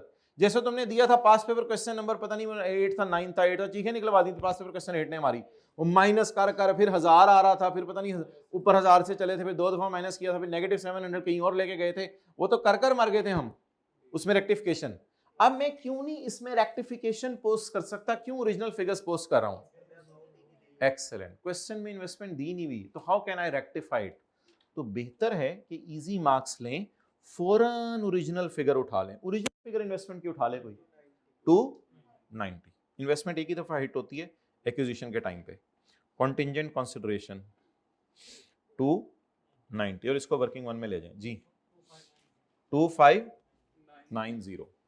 लेकिन एक मिनट, रेक्टिफिकेशन फिर भी करेंगे हम। तो भाई कब ओरिजिनल एंट्रीज ले जाया करेंगे हम? वर्किंग 1.1 में, जब सवाल वाली इन्वेस्टमेंट ना दी हो। तो रेक्टिफाइंग करके लड़ने की क्या जरूरत है? ओरिजिनल एंट्रीज अगर पोस्ट कर देंगे तो वो भी तो वही जवाब आना है। अच्छा आगे, अब अगर मैं सॉर्ट ऑफ इसकी रेक्टिफिकेशन करने की कोशिश करूं तो एक ओवरऑल रेक्टिफाइंग एंट्री जो है वो बनेगी।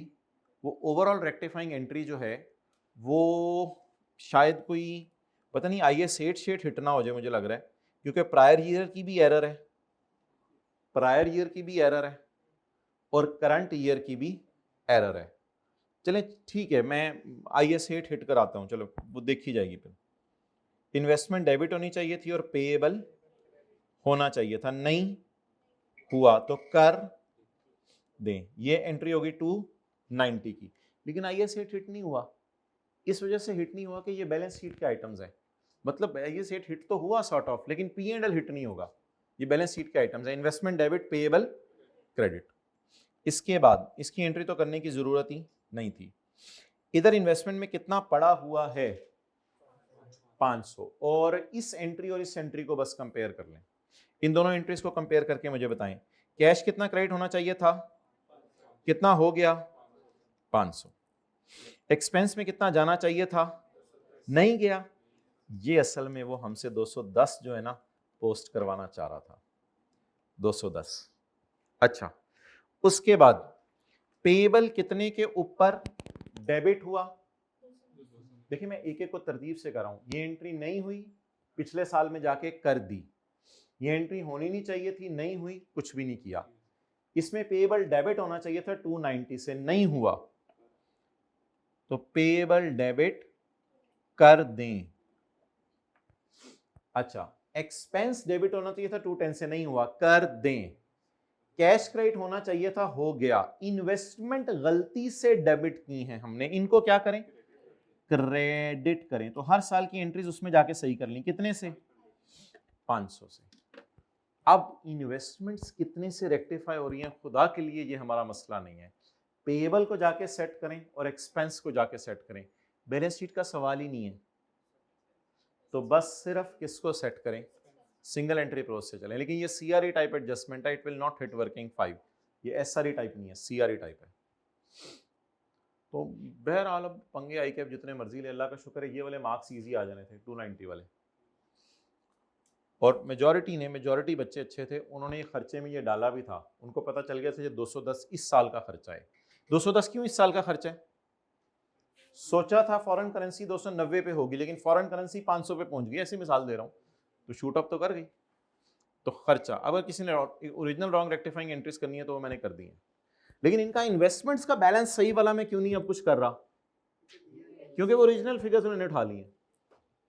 तो बार बार ये बताएं, इन्वेस्टमेंट्स की कब ओरिजिनल फिगर उठा सकते हैं, जब एज पर क्वेश्चन इन्वेस्टमेंट्स ना दी हो, तो फिर एरर फ्री काम करें, ओरिजिनल चीजें उठाएं और काम कर दें अपना। ये खर्चा बुक करें 290 का प्लस 210, सॉरी, ऑपरेटिंग एक्सपेंसेस में डाल दें।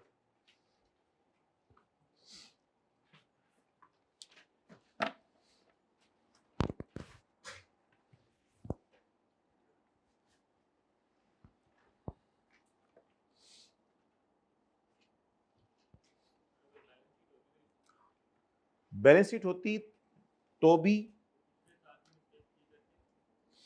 नहीं, एज ऑन बस देख लेते ना क्या है इन्वेस्टमेंट्स पे फर्क पड़ना।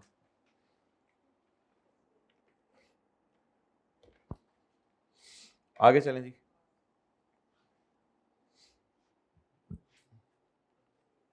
At the date of acquisition, SL carrying value of net assets were equal to the fair value except the following.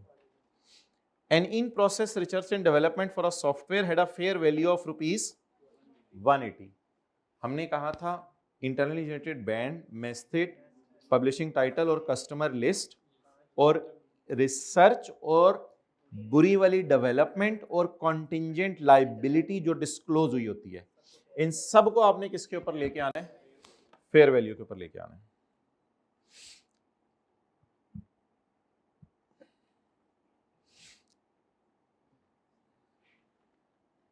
ये हमने जो 10-11 सफ़े आपसे शेयर किए थे,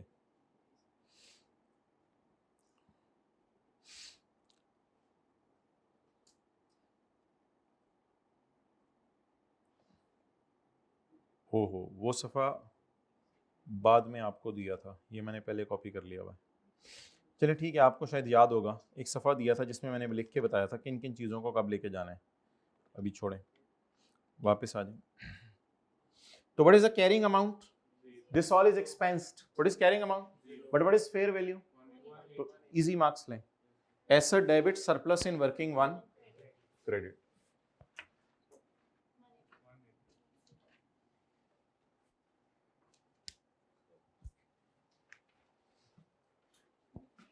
एक्विजिशन डेट के सारे सरप्लस कहां जाने हैं, वर्किंग 1 में। Since the project did not meet the criteria for capitalization, after acquisition SL ने फर्दर इनकर कर ली कॉस्ट, जिसकी वजह से प्रोजेक्ट कंप्लीट हो गया। तो फिर ये कौन सी वाली डेवलपमेंट चल रही होगी, शायद अच्छी वाली, और उसने कैपिटलाइज भी कर ली होगी। डन, इसलिए मैं कह रहा हूं फिर 20 को इग्नोर करें। अच्छा, उसने तो 20 ही रिकॉर्ड किए क्योंकि उसकी नजर में पहले बुरी डेवलपमेंट चल रही थी, उसने 20 ही रिकॉर्ड किया है। लेकिन मैंने कंसोलिडेशन की पर्पज से एक्स्ट्रा रिकॉर्ड कर लिया हुआ है 180, तो मैं वो पुराना काम करूंगा, 180 को डिवाइड करूंगा रिमेनिंग लाइफ के ऊपर। तो रिमेनिंग लाइफ कितनी है, 4।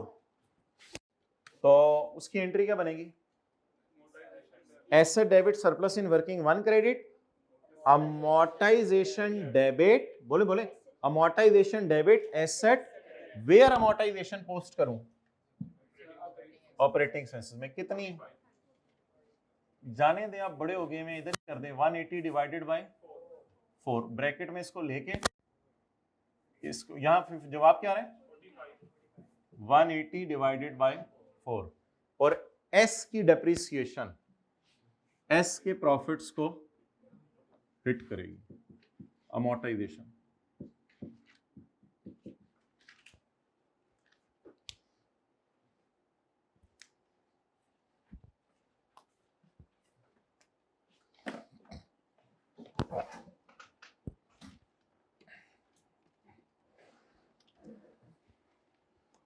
अच्छा, एक चीज आप मुझे जरूर बता दें कि जो मैंने आपको एक नई चीज कराई थी, खुदा ना खास्ता इसकी रिकवरेबल अमाउंट दी होती 130 रुपए, तो फिर हाथ खड़ा करके बताएं आप इसकी बुक वैल्यू कंसोलिडेशन पर्पस से क्या लेते? इसकी बुक वैल्यू कंसोलिडेशन पर्पस से क्या लेते? कितनी अमाउंट बताएं, अमाउंट बताएं।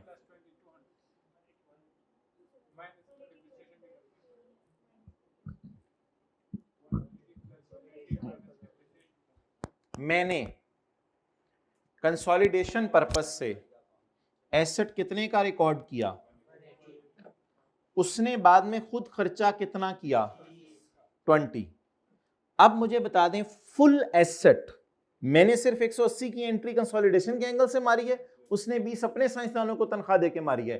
ये एंट्रीज करने के बाद एसेट शूट अप करके कहां पे पड़ा हुआ है, ये उसके मुताबिक प्राइस है, ये मेरे मुताबिक एडिशन है उसमें, ठीक है, 200 पे। तो मेरे ख्याल से 200 को पकड़ना था, क्योंकि फिर पूरे की रिकवरी याद करवाया था ना, ये 200 को पकड़ना था। 200 डिवाइडेड बाय 4 कितना आ गया, 50। तो 200 माइनस 50, 150 इसकी कंसोलिडेशन के एंगल से बुक वैल्यू थी, उसमें फिर ये कर लेना था, क्योंकि इंपेयर तो पूरा एसेट होता है ना, इंपेयर सरप्लस नहीं होता खाली। ये बात कितने लोगों को याद है? ये करवाई थी अभी इंपेयरमेंट लॉस, अभी 2-3 दिन पहले एक सवाल में करवाया है ये वाले adjustment. Question number 9, question number 9 के अंदर ये देखें, क्वेश्चन नंबर 9 के अंदर the recoverable amount was estimated at इतने। अच्छा, किसी को समझ नहीं आ रहा तो मेरे सवाल का सादा सा जवाब दे। उसकी किताबों में कितने का आ रहा है, 140? नहीं, उसकी किताबों में 0 आ रहा है। मैंने क्या फेयर वैल्यू असाइन की, कंसोलिडेशन के एंगल से मेरे एसेट में कितनी एडिशन हो गई, 180। 180 को मैंने 1 साल डेप्रिशिएट कर दिया, क्योंकि इस दिन से अवेलेबल फॉर यूज है, वो मैंने कंसोलिडेशन एंगल से डेप्रिशिएट किया। 20 उसने खुद ही कैपी। अब अगर यहां खड़े होकर वो मुझे पूरे एसेट की रिकवरेबल अमाउंट दे रहा है, तो उसे मैं किस कैरिंग अमाउंट से कंपेयर करूं? फिर कंसोलिडेशन बुक्स में 180 जमा 20, 200 का एसेट पड़ा हुआ है, तो 200 माइनस 200 डिवाइडेड बाय 4। ये अब समझ आई थोड़ी? 180 को 6 महीने पहले रिकॉर्ड किया, लेकिन लेकिन लेकिन लेकिन लेकिन एक मिनट, after acquisition SL incurred further 20 which resulted in completion. ये वर्क इन प्रोग्रेस था 180 6 महीने। तो याद रखिएगा, अगर सुन ले बात, अगर हम नामुकम्मल चीज खरीदें और फिर वो उस पर फर्दर खर्चा कर दे, अगर फर्दर खर्चा ना करता फिर हम कहते हैं शायद मुकम्मल है, वो उस पर फर्दर खर्चा कर दे, तो बेहतर है कि जब फर्दर खर्चा करके चीज मुकम्मल हो जाए तब से अमोर्टाइज करना शुरू करें। तो इनके ज़हनों में ये सवाल आ रहा है कि 180 को 1.5 साल इधर ले आए और 20 को 1 साल इधर ले आए, ऐसा ना करें। बल्कि उसने एक लाइन भी लिखी हुई है, विच resulted in completion on Yakam January. It means it was not completed before Yakam January. Clear? Okay. अब एंट्री इंपेयरमेंट वाली तो करनी नहीं हमने, तो उसकी कोई टेंशन नहीं है। चलें जी, एंट्री बताएं। डेप्रिसिएशन वाली हो गई, हो गई। बड़ा वाला सफ़ा खोलेंगे, बड़ा वाला सफ़ा खोलेंगे, इसकी रिवीजन कर लेंगे। जब भी कोई एडजस्टमेंट आए, जैसे मिसाल के तौर पे वो सऊदी किंग, ये 3 एडजस्टमेंट थी ना आज हमारी, तो हमें ये सफ़ा खोलना चाहिए था, investment debit cash credit, investment debit contingent consideration payable credit, और फाइनेंस कॉस्ट डेबिट ये क्रेडिट, और तीसरी थी ये वाली, थोड़े से पैसे ले लेना, ये हाँ ये वो वाली है, और अगली contingent consideration, investment debit payable credit, फिर ईयर एंड पे वर्सेस वाली कैलकुलेशन से गुजारो। ये रिवाइज करना चाहिए था हमें। उसके बाद हमें जो है वो आना चाहिए था इधर, इन एडजस्टमेंट्स में। इन एडजस्टमेंट्स के अंदर आके हमें क्या रिवाइज करना चाहिए था? इन एडजस्टमेंट्स के अंदर आके हमें सबसे पहले ये रिवाइज करना चाहिए था, लंबे वाला पेज, एस के एसेट्स को ये एस के assets, revaluation surplus on acquisition, इसका हमने क्या करना था बोले? Revaluation surplus on acquisition, asset debit surplus in working, depreciation debit asset, इसको एडमिन एक्सपेंसेस में भी डाला मैंने और साथ मैंने एस का प्रॉफिट भी हिट किया है। तो साथ साथ ये सफा खोल के देखते रहा करें। अच्छा, अब माय डियर मुझे ये बताएं, fair value of inventory was higher than its carrying value by 200। तो इस दिन बताएं इन्वेंट्री का सरप्लस कितना है? इन्वेंट्री का सरप्लस 200। नोट करो, इजी मार्क्स ले। Inventory debit surplus in working, ये 1.5 साल पुराना है, कितना? 200 रुपए।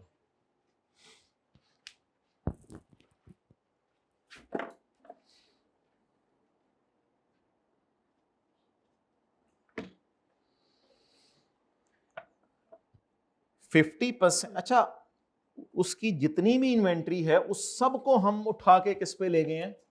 मार्केट वैल्यू पे, और सारा जीपी रिकॉर्ड कर दिया। अच्छा, अब इस डेट के ऊपर मुझे बताएं जी,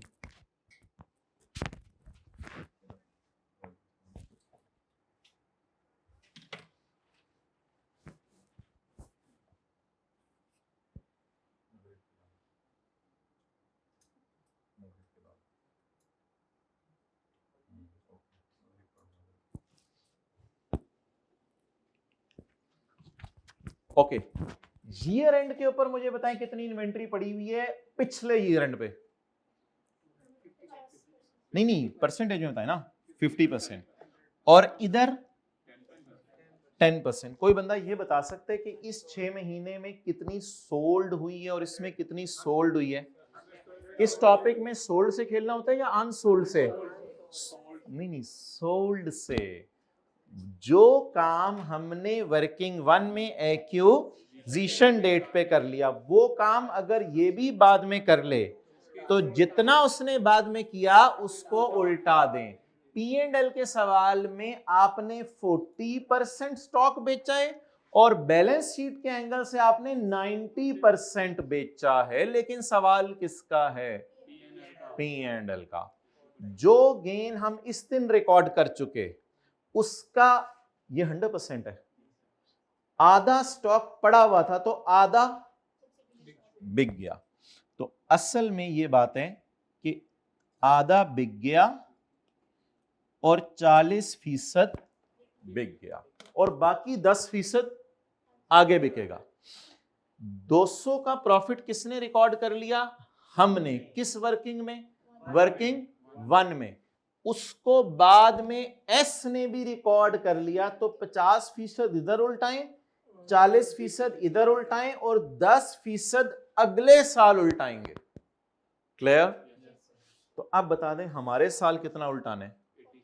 नोट कर लें।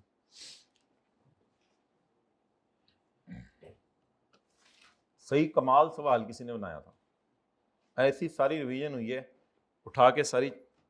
आगे वो कह रहे ले लो नंबर, आगे यार माजरत यार, अगले समय देंगे माजरत यार, पेमेंट तंग किया, आ जा फिर ऐसे ले ले।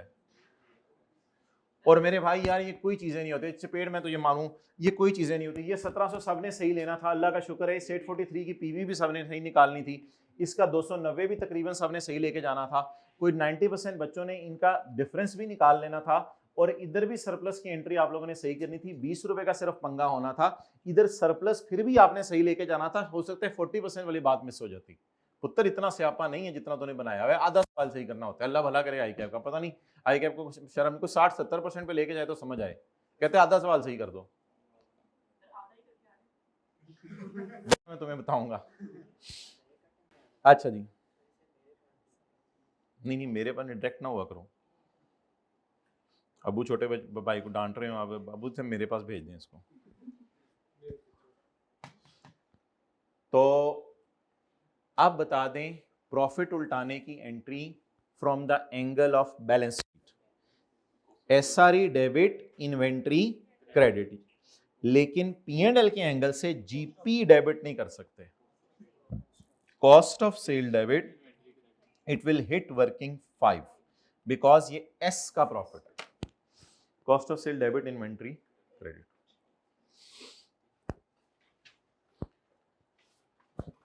जो काम हम वर्किंग 1 में कर चुके हैं उसको सब्सिडरी दोबारा कर ले तो सब्सिडरी को उल्टवा दें, उल्टाएं जी। Cost of sale debit working number 8 200 into 80। Entry बोले कॉस्ट ऑफ सेल और inventory credit and it will hit working 5। जो काम वाली तीनों एंट्रीज वर्किंग 5 को हिट हुई थी उस दिन, जो काम वाला एक सवाल किया था पूरा जी, प्रॉफिट रिवर्स किया है। हाँ, फॉर द ईयर कितना रिवर्स किया? सिर्फ 80। अच्छा, पिछले साल के एंड पे उसके पास 50% स्टॉक पड़ा हुआ था, हमारे साल के एंड पे 10% पड़ा हुआ है, तो इस साल क्या हुआ होगा? 40% बिक गया होगा। उसने बेच के प्रॉफिट रिकॉर्ड किया, हमने उल्टा दिया। कमाल रिवीजन है। गोडे उत्ते हो गए ना पाइयों दे, बैठे बैठे गोडे इत्थे चले गए ना। No problem at all. गोडे पता है वैसे आपको? गोडे का मतलब गोडे गोडे वाटर। अच्छा, पेरेंट ने सब्सिक्वेंटली मेजर किया है एफईटीपीएल के ऊपर इन्वेस्टमेंट्स को, तो इसलिए हम अदर इनकम में ले गए थे और इन्होंने ओसीआई मॉडल फॉलो किया हुआ है, इसलिए हमने उसको ओसीआई में डाल दिया। SL paid cash dividend of 8%।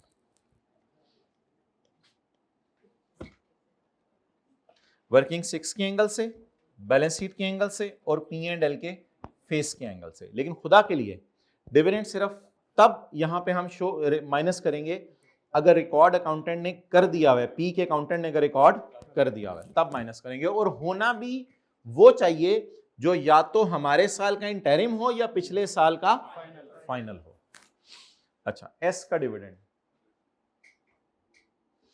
ये हमारी बूटियां जो हमने इकट्ठी कर दी थी एक सफे पे।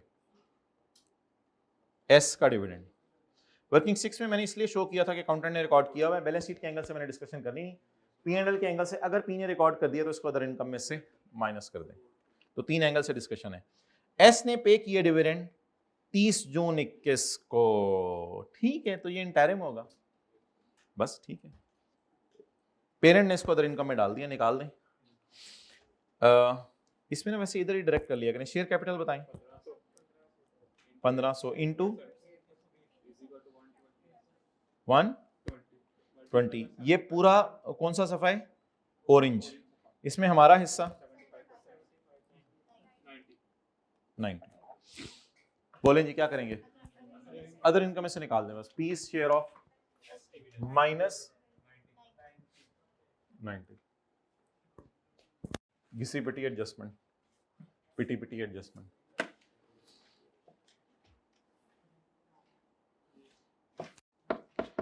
ऑन 25 अगस्त 21 एफएल कौन है? Associate delivered goods having a sale price of 150 at a markup of 20, 40% are still included in our stock. Calculator पकड़ें बस। 150 इंटू 40%, जवाब ना निकालें, चलें इज इक्वल टू दबा दें। क्या जवाब आया? 60। 60 divide by 120 into 20, 10 into our share 30%। 3। भाईजान आपकी शान में, आपकी शान के अंदर भाईजान ने फिर पूछना है ये P2A है, A2P है, इन्हों की करना है। आपकी शान में ये सफ़े बनाए गए हैं, आपकी शान में ये सफ़ा खोल के देखते हैं क्या करना है। सेल ऑफ स्टॉक किसके किसकी तरफ? A टू B की तरफ, तो वो A प्रॉफिट में माइनस करेंगे वर्किंग 5.1 में।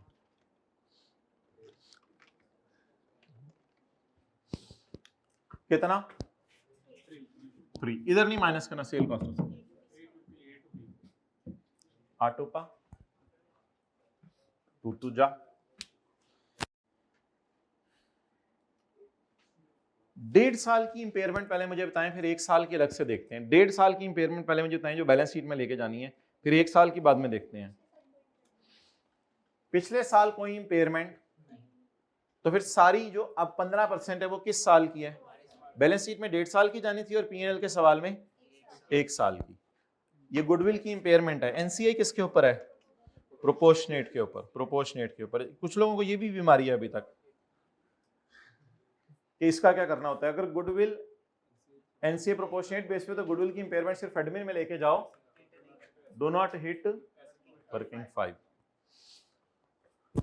मीनू काटते लाओ, सॉरी इन्वेस्टमेंट बोले कितनी है? टाइम में क्या आएगा? इन्वेस्टमेंट बोले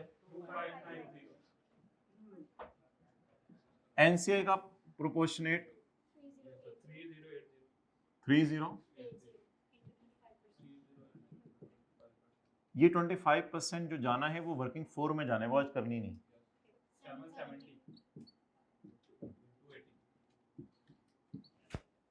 280 थोड़ी जी मार दो जाके 15%। 280 में से 15% ना मार दो गुडविल ऑपरेटिंग एक्सपेंसेस में जाके। इंपेयरमेंट 280 इंटू जी 42, आप जरा आए 43, हम आपको देखेंगे 44, फिर कर देंगे आपको 45। डायरेक्ट करें वर्किंग शो ना करें तो फिर इसका ये तरीका है कि आप 280 इंटू 15% यहां पे कर दो और इसके लिए एक्स्ट्रा शीट ले लो ऑपरेटिंग एक्सपेंसेस के लिए, या फिर ऑपरेटिंग एक्सपेंसेस के लिए पेपर में 2 लाइनें छोड़ दो।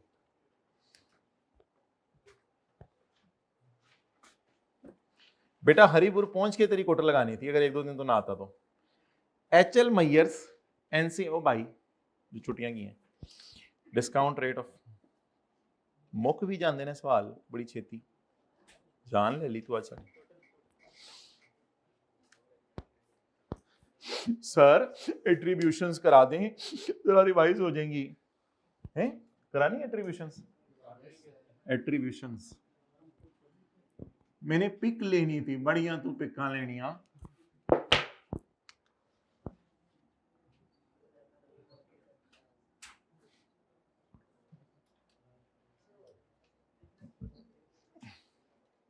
स्टेप 3 बताएं। क्लोज वर्क वो नहीं नसदा छड़ उदा कुंदा नहीं नसदा। अच्छा क्लोज वर्किंग 5 हाँ 5.1 हो जी।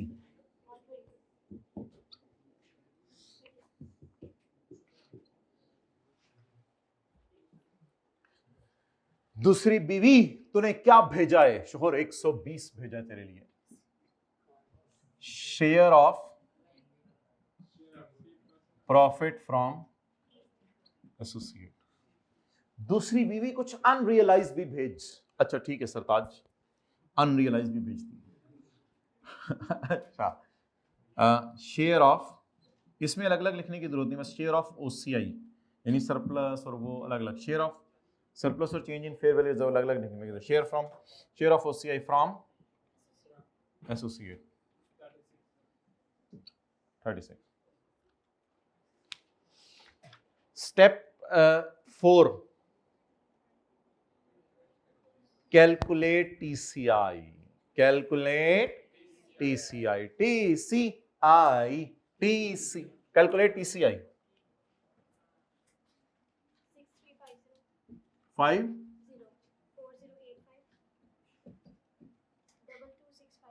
जीपी रहने दें।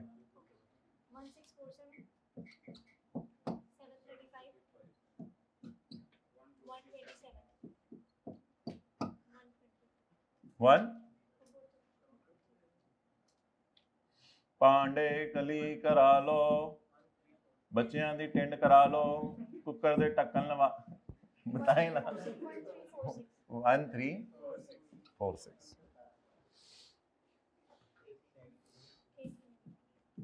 अच्छा इसको ना इस तरह डब्बे में लेके टोटल किया करें ओसीआई का।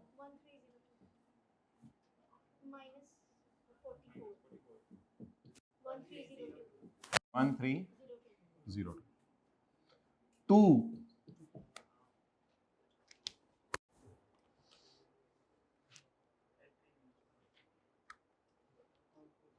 चलो भाई जल्दी, नोने दी टेंड करा लो।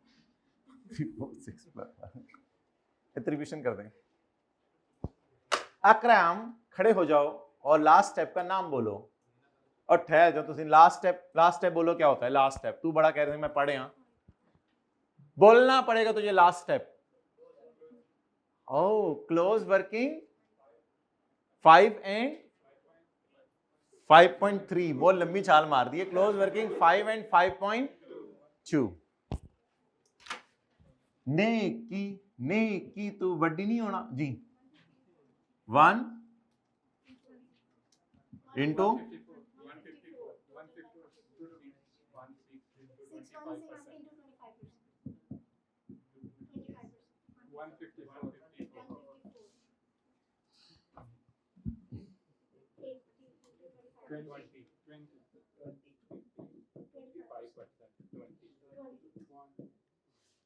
20। वो आपका दोस्त साहब का पता करने गया था पीछे और खुद गायब हो गया। हाँ वापस आ गए हो।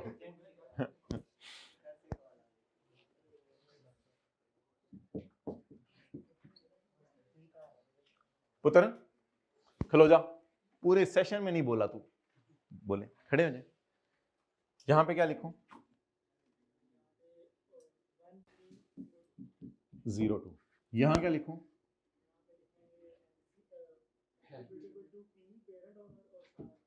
पैट एट्रीब्यूटेबल टू पी, और यहां चुप चुप चुप, यहां क्या लिखूं बच्चा पढ़े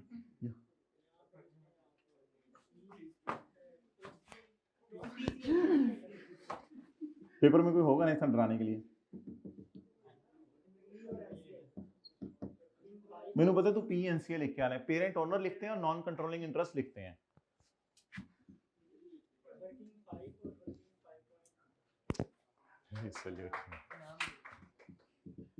नाम तो बगैर कोई जिंदगी है, एप्रिसिएशन कुछ है होंगी है निकी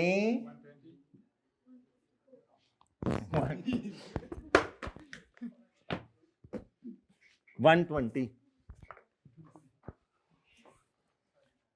150 9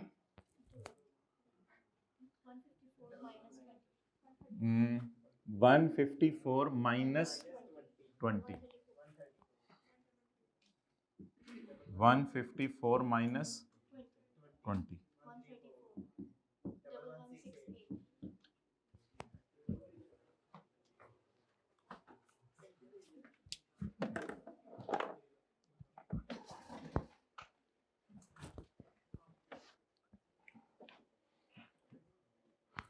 अच्छा मोहतरम, अब आप मुझे बताएं कि IFRS 9 का वो IS 12 के साथ मिला के कर लें या कंसोलिडेशन का एक दो सवाल दिखा दूं जो होमवर्क में करना है।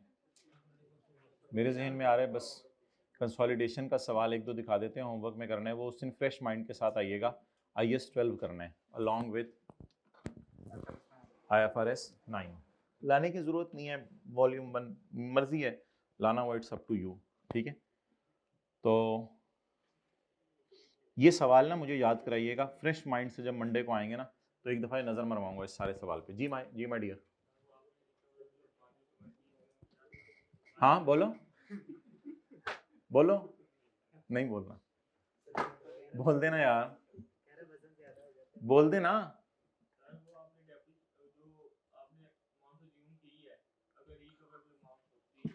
हाँ हाँ हाँ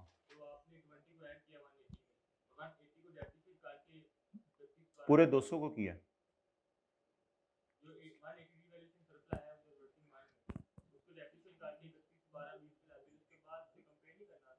कंपेयर तो करना था, वो मैंने कंपेयर वैसे ही नहीं किया, मैंने इम्पेयरमेंट निकलवाई ली, मैंने तो वैसे कैरिंग अमाउंट निकलवाई थी।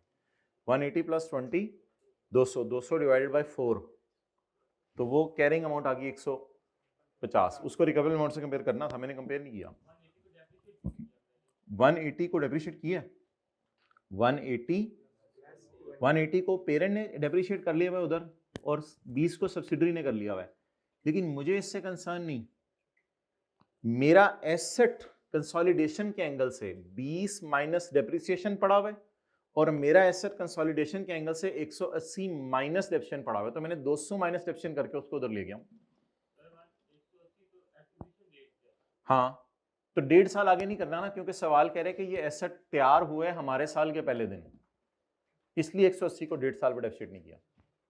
सवाल में लिखा हुआ था ये एसेट तैयार हुए हमारे साल के पहले दिन ऑन 1 जनवरी, वरना आपकी बात ठीक थी। अच्छा मोहतरम, इधर देखें, हाँ हाँ बस छुट्टी। ये क्वेश्चन नंबर 10 है, क्वेश्चन नंबर 10। अच्छा एक दो मिनट इसमें भाई, बबलू बबलू इधर देखें। इमीडिएट कैश पेमेंट है 288 मिलियन, फर्दर कैश पेमेंट है 288 और transfer of land, all considerations have been correctly recorded. ये बैलेंस शीट का सवाल है, question 10 have been correctly recorded on acquisition date but no subsequent adjustment has been made। यानी date of acquisition की adjustment कर ली है, बाद में जो एडजस्टमेंट करनी थी वो करना भूल गया, कोई मसला नहीं। मेरे ख्याल से पेज 19 पेज 519 वाली पहली एंट्री कर ली है, तो जहां जहां दूसरी एंट्री होती है वो करना भूल गया, तो आराम से कर दीजिएगा बस। At the date of acquisition the carrying value of SL net assets 1132 which was equal to the except for an equipment with a remaining life of 8 years. Goodwill on the acquisition date amounted to 320। अच्छा goodwill भी दे दी है, net assets की book value भी दे दी है, उसमें surplus डाल के net assets की फेयर वैल्यू भी दे दी है। प्री आरई को बैलेंसिंग निकाल लीजिएगा, प्री आरई को बैलेंसिंग निकालना पड़ेगा, प्री आरई को ये देख ले सारा डाटा वो दे रहे हैं, आप कुछ कर नहीं सकेंगे आप, हो सकता है एनसीए बैलेंसिंग हो, मुझे नहीं पता, मैंने भी सवाल। आगे घिसी-पिटी एडजस्टमेंट है, ये एक दो उसने ऐसे साइंस डाल के, मशीन की सेल हो रही है, NCI W liquid 15 million shares of cute limited, कितने साल पहले? 1.5 साल पहले। कितने साल पहले? 1.5 साल पहले, इसलिए क्यूट के 2 सालों के प्रॉफिट दे रहे हैं। क्यू के कितने सालों के प्रॉफिट दे रहे हैं? 2 सालों के। एक तरीका होगा क्लोजिंग माइनस प्री, या दूसरा तरीका होगा पोस्ट पैट impairment test. Fair value gain of 48 is to be recorded on remaining investments. इस तरह की एडजस्टमेंट की हुई है, और ये डन। इसका जरा सोल्यूशन खोलना। इसके सोल्यूशन में मैंने वर्किंग 1 को सेट किया था, मैं बस देख लूं कि अपडेटेड वाला सोल्यूशन है। Working 1, working 1